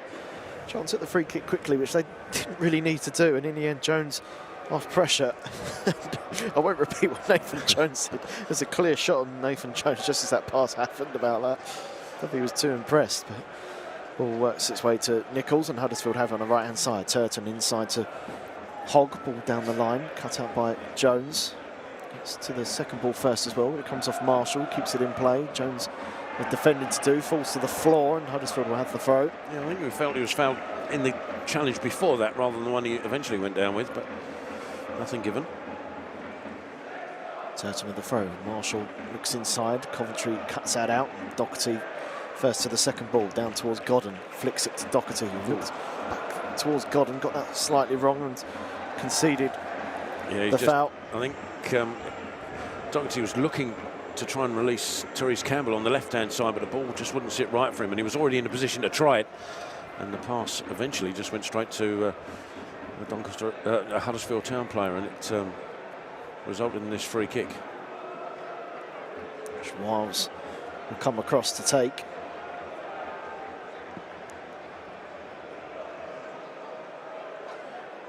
Trying to move everyone back inside the penalty area, bar Berry and Campbell just on the edge.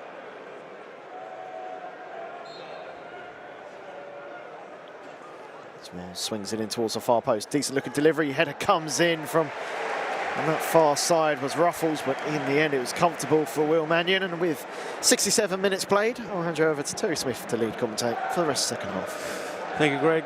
It's been quite an impressive opening. What are we looking at? Nearly 67 minutes. Looks with a 4-goal lead here, and on the right-hand side, Small trying to work his way past Ruffles, just runs out of room on that right side, so it'll be a Huddersfield throw. And back to Spencer. Now it's with Pearson. Huddersfield have sort of switched 4 of their sides to try and work a way back into this game, but it's going to be a tough ask as they have the ball with Turton on the right. Back inside to Hogg, who was forced back to Pearson. Charlton maintaining the intensity. Huddersfield Town have worked it back across to the left-hand side. This time it was Ruskin almost getting caught in possession, so he's forced backwards. He's with Pearson once more. Hogg across to the right-hand side, and Turton a little bit more space than he's been used to. Inside to Marshall. And the ball worked across to the middle, and Ruffles, and then his ball forward to Wiles, and he's been pressured to losing possession, and Coventry a little touch to Jones, who exerted that original pressure, and he's on the right-hand side holding the ball up back to Coventry. Or just let the ball run, and it allowed the challenge to come in, and he's lost out on that right-hand side. It'll be a throw in to Huddersfield Town just inside the Charlton half. Yeah, as we get into the 70th minute, this is where I expect Nathan Jones just to be looking at his bench. There'll be players on there, likes of Keane, Dixon. Might be tempted to try and give them some minutes. Alex Gilbert, I imagine, will probably come on for Berry, maybe Corey Anderson, players like that. Huddersfield trying to work the ball through the middle, losing out. Once again, this time it's Ramsey in the way, but the clearance out from Mannion, after he guided it back to him, has gone straight to Turton on this right-hand side on the halfway line. Back inside to Pearson. Bringing it forward, Pearson looking for an out ball. Hogg provides him, but again, Charlton staying resolute and trying to stop Huddersfield from working their way through Charlton, and it's with Turton on the right-hand side. No territorial advantage at all, as Pearson now tries to bring it forward himself. Stopped, goes back out right to Turton. He has to come inside to Hogg. Little 1-2 with Kasumu. Kasumu again turns in the centre circle now. They've got some room, but the ball out. Oh, I thought it was going to go straight to Small, but kept alive by Karoma. It's Kasumu again, halfway inside the Charlton half. Karoma. All out left. Now worked inside to Ruffles. Into the penalty area comes Ruffles. That's a good foot in from Jones. And Charlton defends superbly, and that's a great out ball from Berry to release Small on the right-hand side. He's up against Spencer. Terry Small cuts inside. Good tracking back from, I think that's Karoma. No, Kasumu, I beg his pardon. And he wins the ball back for Huddersfield Town, as it looked like Terry Small was about to pull the trigger. Huddersfield trying to work it down the left-hand side. Ruskin ahead of Ramsey, puts the sliding tackle in, but Ruskin's still there, but again, super work from Ramsey, who not just wins the ball back, but gets the throw in as well. He had no right to win that initial challenge from Kane Ramsey. But this is where he's just walking away slightly gingerly. I think there are 4 changes coming here, and it wouldn't surprise me if Ramsey's one of them. Keane Dixon's coming up. Keane Dixon, you're right. Yeah, I think Ramsey's certainly the one I'm looking at, thinking, can you just give him 30 minutes back, getting ready for Tuesday? Berry, you imagine, will come off. And maybe Matty Godden might be the other one who makes way in the last one.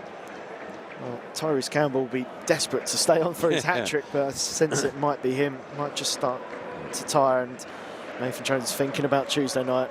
Throw down the line is put out of play again for another Charlton throw, so we're worked out to about halfway inside the Charlton half now, and the changes are going to be made, and the first one is Luke Berry coming off with Corey Anderson coming on. Second one looks like Kaheem Dixon's getting ready.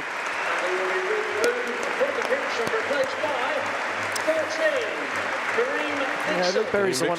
Yeah, for Tyrese Campbell. Luke Berry's the one that goes under the radar for me a little bit in this Charlton team. He offers a lot of experience. His movement's really good off the ball, and that midfield three of Doherty, Berry and Coventry's been very, very good in the second half of the season.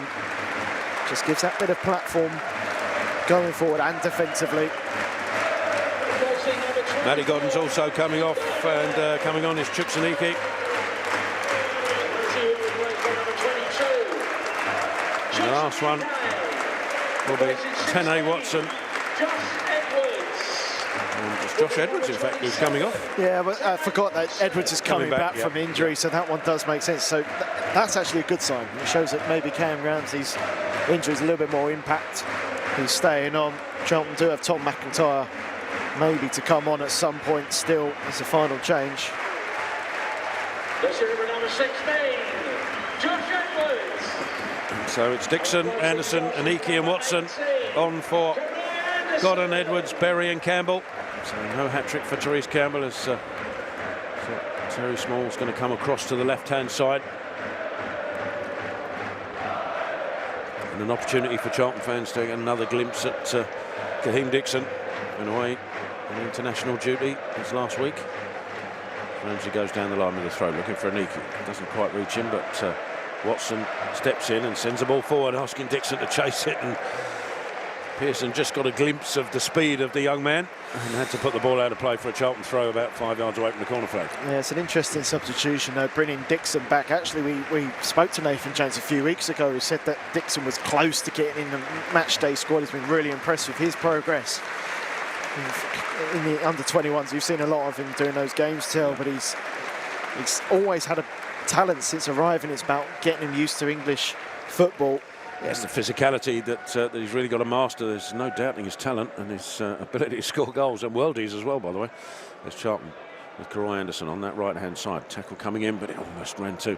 Well, it does, in fact, rang the Watson inside to Aniki. He's making room for himself. Tricks Aniki! Oh! The shot inches wide, and he's furious that he didn't get his goal. That's a lovely little touch to set up the shot. It's a tough opportunity, though, Tel. He's unlucky. That initial little touch just opens up that bit of space, pokes it with his right foot, tries to whip it round the defender. He'll be desperate for a goal. Won't he just? He knows himself he's capable of scoring a lot of goals in this division, and he's not quite found his shooting boots this season. And while that ball went out of play for a goal kick, Huddersfield make another change to under Chirewa coming on for Ruben Ruskin. Pretty much going to be playing three up top, I think, here at Huddersfield, as everybody drifts away towards the Alan Kirbishley stand for this goal kick. It's obligingly sent in that direction. Lloyd Jones the first to get there, heads it forward. Kaheem Dixon puts on the afterburners, gets there for Charlton. I just couldn't collect the ball as he did so.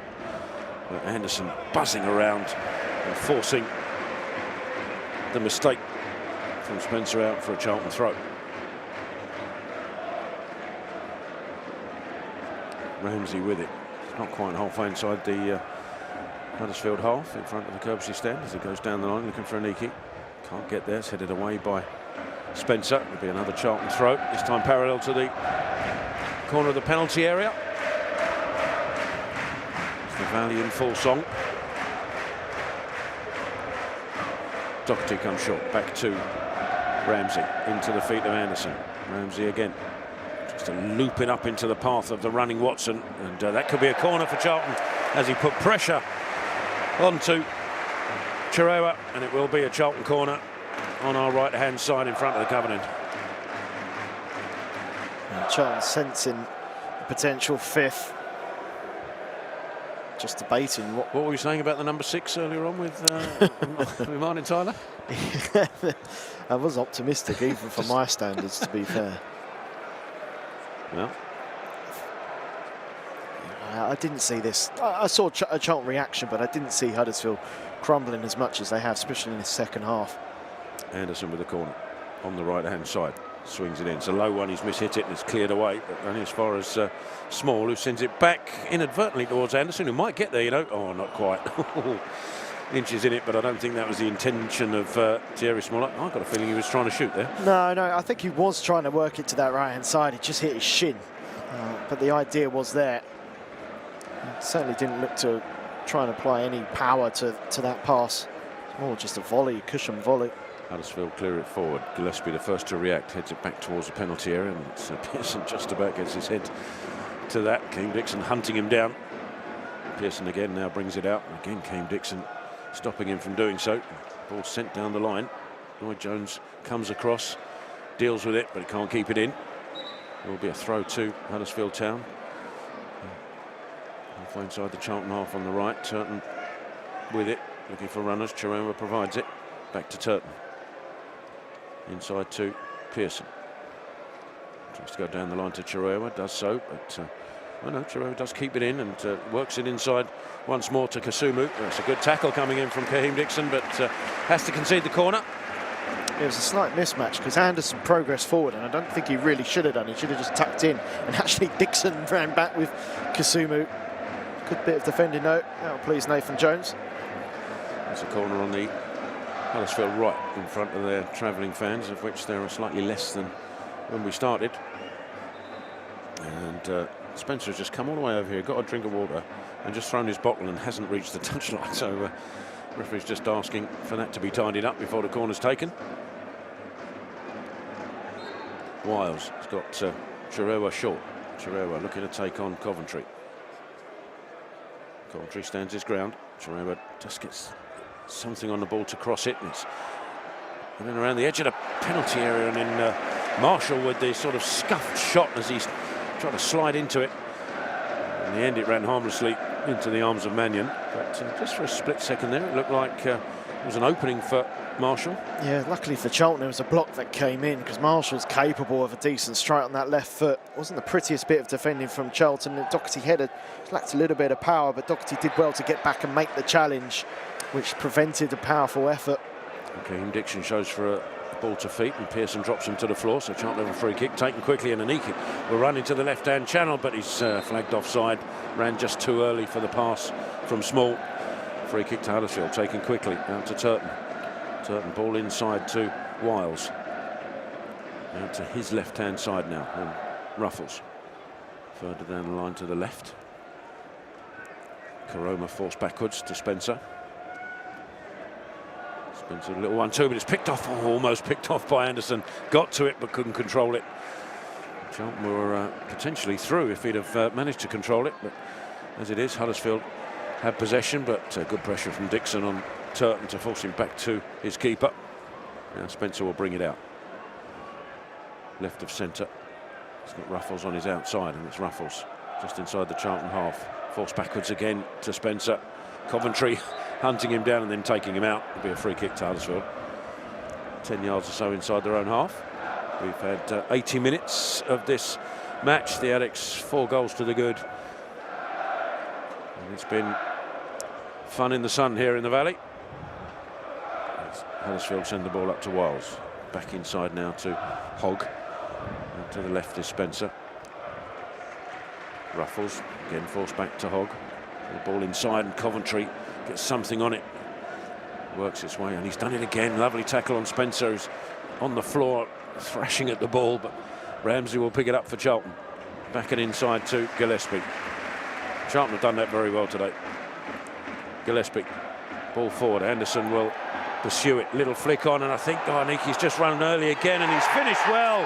Oh, and he's devastated. He just ran a fraction too early, and he was offside. Yeah, I think, it's tight, but I think it's the right decision. Yeah, I think so as well. The idea from Anderson was perfect. It was a neat little finish from Anike, but at that stage, I think, in fairness, Nichols, well, if Nichols didn't know he was offside, that was a pathetic attempt to try and save it, to be truthful.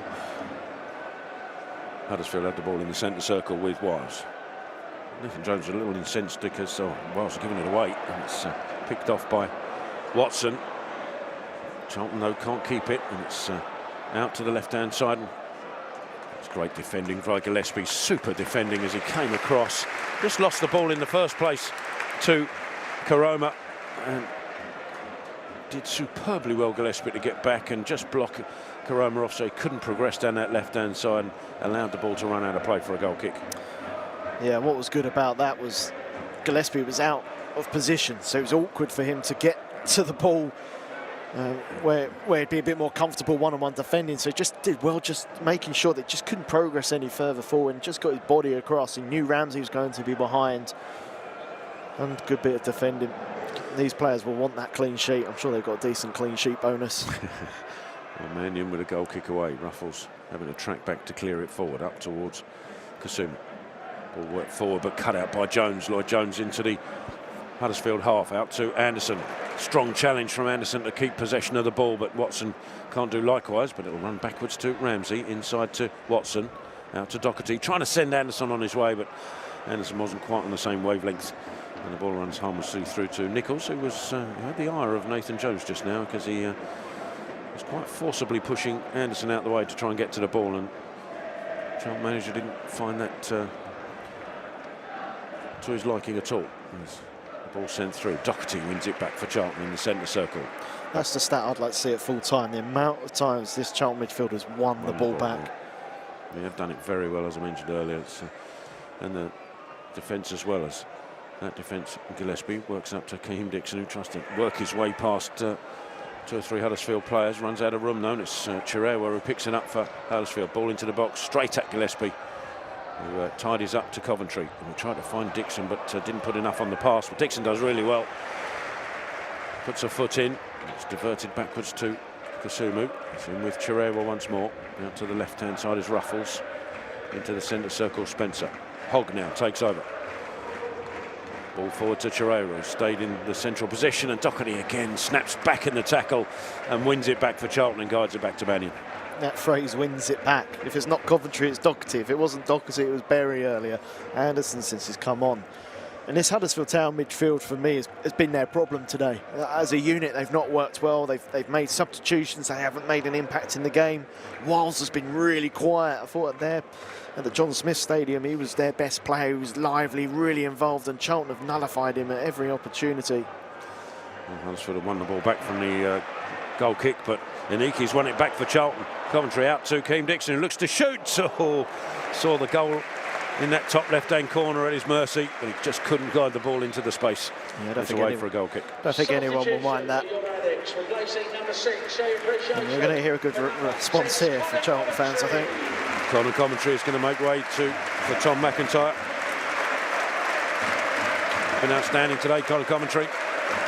Spoke to him in the week. He's reasonably pleased with his performances up to this point. He'll be delighted this afternoon. Tom McIntyre. It's a huge hug from his manager as he comes off. Conor Coventry, and well deserved. He'll be up there, and well, the man of the match will be a tough gig today. Yeah, I think Tyrese Campbell will get it for his 2 goals, but I think for his overall performance, Conor Coventry certainly should be in that conversation. But I mean, it's nice to have a few contenders for Player of the Year this year, isn't it? And I think Coventry's certainly going to be amongst that. And one of the others is Lloyd Jones, who meets the goal kick not just once but twice, heads it up to Anikin. He's going forward, and Dixon is dragged to the floor. Referee ignores Charlton's protests and runs through to Nichols, who clears it straight to Anderson, who's encouraged to shoot, which would have been a stretch. Instead goes back to Ramsey, who in turn finds Gillespie. Gillespie just waiting for Lloyd Jones to come back from an offside position, which you wouldn't have expected me to say. Goes back to Mannion, his ball forward, headed up in the air by Pearson. Turton meets it. That's a good challenge from Dixon. Aniki will put pressure on Pearson, and he will win the ball as well, Aniki, as Pearson goes to ground. Chucks Aniki into the penalty area, tries to lay it into Dixon. Oh, he's just nudged out of the way. Charlton fans want a penalty. Unlikely, but unselfish from Chucks Aniki to try and feed in Dixon, and he just didn't or couldn't get the ball to his feet to plant it home. Yeah, it's a good recovery challenge coming in. Dixon was unaware he was behind him. Ball just slightly behind Dixon in the end. Aniki holding the ball up, and he's fouled in his attempt to do so. As Charlton win the ball back again. This time Jerry Small doing so, finding Aniki inside of him, and he's fouled by Pearson. Charlton have a free kick. At, I don't know, 15 yards outside the left edge of the, or left corner of the Huddersfield penalty area. You can see the centre half's itching to go forward for this. Yeah, please let me go forward. And Jones and Gillespie. Well, Gillespie's definitely not. Jones is trying to go forward, as is Ramsey, but I think they're going to err on the side of maybe not. But they're still drifting in that direction, They've actually. got options in that penalty area. They might as well. They're halfway there now, so they might. Not sure why Huddersfield have brought everyone back. No, for me neither. this. Yeah, as Small prepares to take this free kick, sends it low into the corner of the penalty area, cleared away.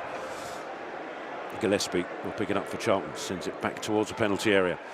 Jones with the head up across the box, cleared away by Hogg, only as far as Doherty. Trying to find Watson, couldn't quite do so. Ruffles tidies up for Huddersfield, back to his keeper.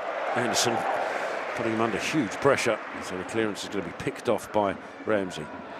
Lovely looped ball forward by Doherty, but he can't find Watson with it. He goes out of play for a throw-in.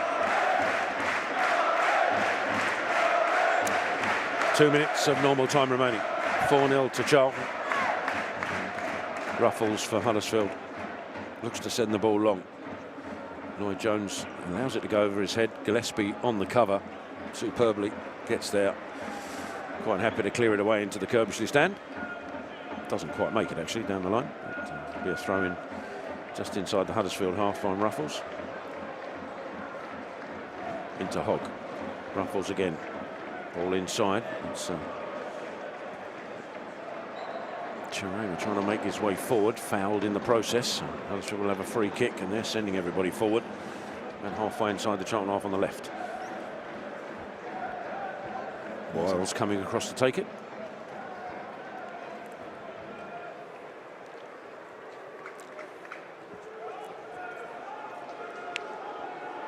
The Charlton penalty area in the shade of the Jimmy Seed stand. Prepares to receive this ball. Referee happy for the free kick to be taken now, and it's sent in towards the penalty spot. Deep header from Gillespie, but it drops into the penalty area. That's a super block from Lloyd Jones from the shot. I think it was Chirema who pulled the trigger, and Lloyd Jones just threw himself in front and took a hefty one for his troubles, and he's down on his haunches as a result. But that was superb defending. I think it's a goal-saving block from Lloyd Jones. I told you the bonus was good. Is that an area we don't want to talk about where he's got that? I think it's in his stomach. Oh, okay. First viewing, it's hit him. Oh, he might be, you know.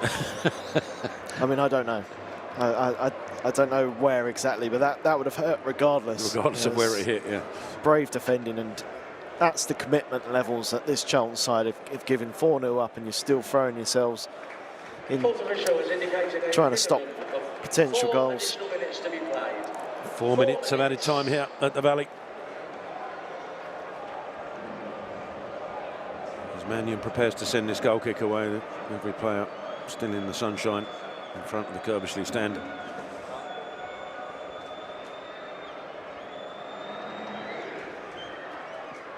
Watson just shielding his eyes, heads the ball forward up towards Aniki, brings it down well. Aniki, he was fouled again there, but nothing given as Huddersfield clear it away. It comes straight through to Gillespie, sends it forward looking for Anderson, can't get there. Pearson heads it away. Kasumu, ball forward, cut out by Ramsey. Doherty has it back for Charlton, inside to Anderson, turns away from trouble, actually turned into trouble. I'm not sure he realised it. Ball forward though, won by Gillespie, and then there's a clash of heads in there potentially. That they've got two players down. Anderson won, but the referee allowing play to go on. Aniki tries to bring the ball down. It's a toe poke in. Anderson can't benefit. And there's still a Huddersfield player in trouble. It's Chirema. The referee quite happy for it to go on. Keem Dixon almost picked off the ball out, and it's actually in run to Anderson. McIntyre for Charlton on the left. We're going to go down the line. Felt he was fouled by Hogg. Referee agrees. Charlton have a free kick just inside the touchline.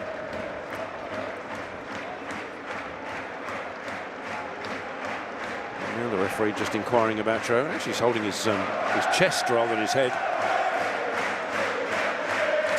And Charlton will have a free kick. Anderson over it. Lloyd Jones going forward.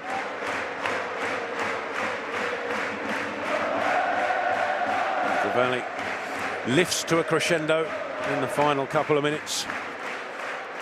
Gillespie sending Anderson away, so he takes the free kick. Diagonally about, I'd say about 15-20 yards away from the corner of the penalty area. Keem Dixon coming across to give Gillespie a bit of advice on free kick taking. As Gillespie sends it in, it's a good one as well, and it's going to drop to the edge of the 6-yard box, just cleared away before McIntyre can get there. Dixon battling for it, as is Aniki. Lloyd Jones in there with a foot in his run to Kaheem Dixon, inside to Aniki. Couldn't turn away from Pearson. They clear it away, Huddersfield, only as far as Gillespie. Sends it back forward. Aniki with a lovely touch to Doherty.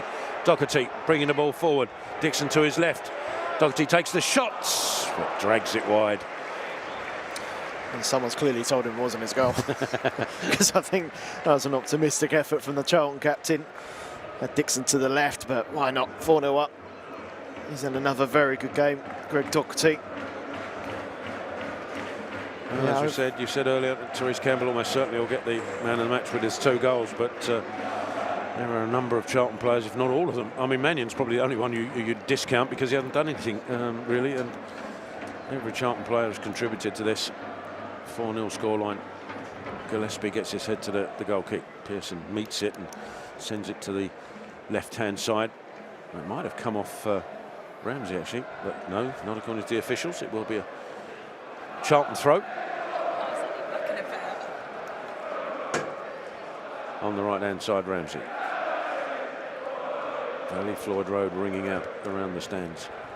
Down the line the throw goes. Just too much for Watson. Ruffles gets his head to it, but has to concede the next throw. So we're into the final seconds of this game.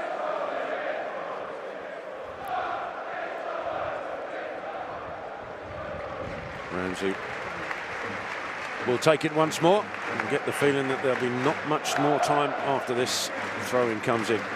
Down the line with the throw, and in fact there is the final whistle. And the Alex 4-0 winners here against Huddersfield Town, a team that were in 6th place prior to kick-off. And the Alex knew this would be a tough one, and so it proved, but a tough one for Huddersfield, not Charlton, as the opening minute saw Matty Godden convert a Thierry Small cross superbly to open the scoring. Therese Campbell got the second and the third.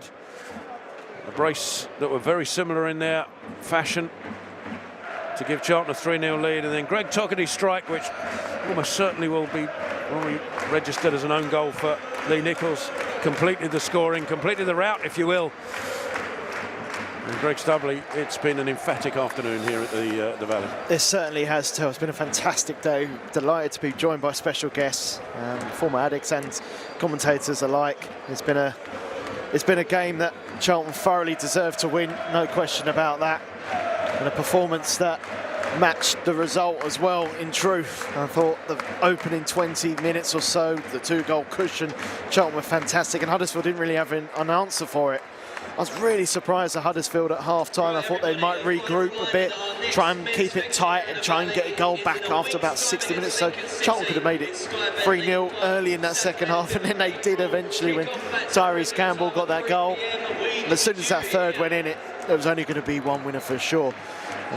Nathan Jones perfectly set up this team, tactically fantastic today, spot on in terms of performance, and now Charlton will be looking to continue this run. We go again on Tuesday against Mansfield. We're very good here, we know that. Away from home, I still would like to see a little bit of consistency. Can we take that sort of intensity and performance on Tuesday? And if we can, who knows, we're going to still continue looking upwards until the end of the season. But certainly today, brilliant performances across the pitch, defensively excellent. Midfield, I thought, were fantastic as a unit. Winning the ball back, that's a phrase me and you constantly use. Win the ball back, win the ball back, win the ball back. Annoying midfielders that we used to face constantly in the last few years. We're that team now. And we've got that bit of quality up top. Tyrese Campbell, 2 excellent goals. Matty Godden's header, fantastic as well. And a perfect afternoon for Charlton.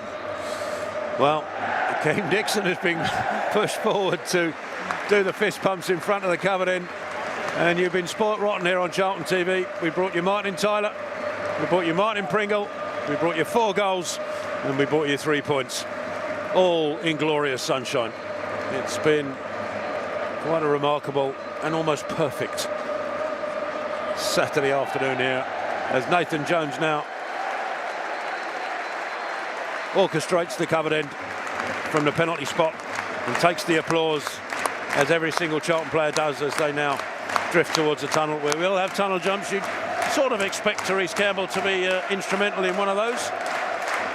And might be even getting Kaheem Dixon to do another one. You never know, as we'll see. Well, I promised to give this a mention. Therese Campbell's, it's my mum's first game here. She's sat near me right now. Her favourite player? Therese Campbell. So absolutely. Of course he was going to have a good day. Not going to hear the end of it on the way home. And why would you? The players are looking up towards the family and friends as they come out and off towards the tunnel. The covered end in full voice. And to be fair, as is the Kirbysley stand in the West End, Chukwuemeka, the last player to make his way down the tunnel as we wait for the jump. And we'll keep you here.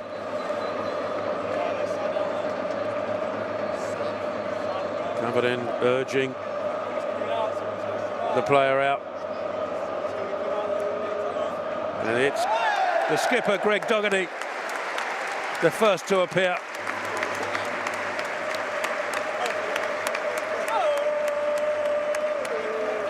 How upset will your mum be if this isn't Therese Campbell, by the way? No, there he is. Therese Campbell does the second tunnel jump, takes the applause. 2-goal hero here at the Valley. As we leave you in good spirits, I suspect. My thanks, of course, to Greg Stubley alongside me. It's been a pleasure to have you back alongside me. We'll just have to have a word with Brandy. You'll have to stay down there a bit more often. I am usually alongside Yeah, you. You know what I mean. You know what I mean. And my thanks, of course, to Deanna back in production, and to all of you for watching and listening here from the Valley as we brought you this 4-0 victory. It'll be interesting to see how the rest of the afternoon goes with the results, but in the meantime, enjoy this.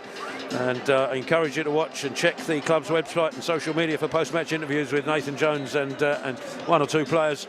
And next up is Mansfield Town. League One action on Tuesday, April the 1st, with coverage starting at, well, it says 12 o'clock here, well, that won't be right. The coverage will probably start around the 7 o'clock mark, I suspect. Keep an eye on that with kick-off at 7:45. So from all of us here at the Valley, a very sunny good afternoon to you. Good night.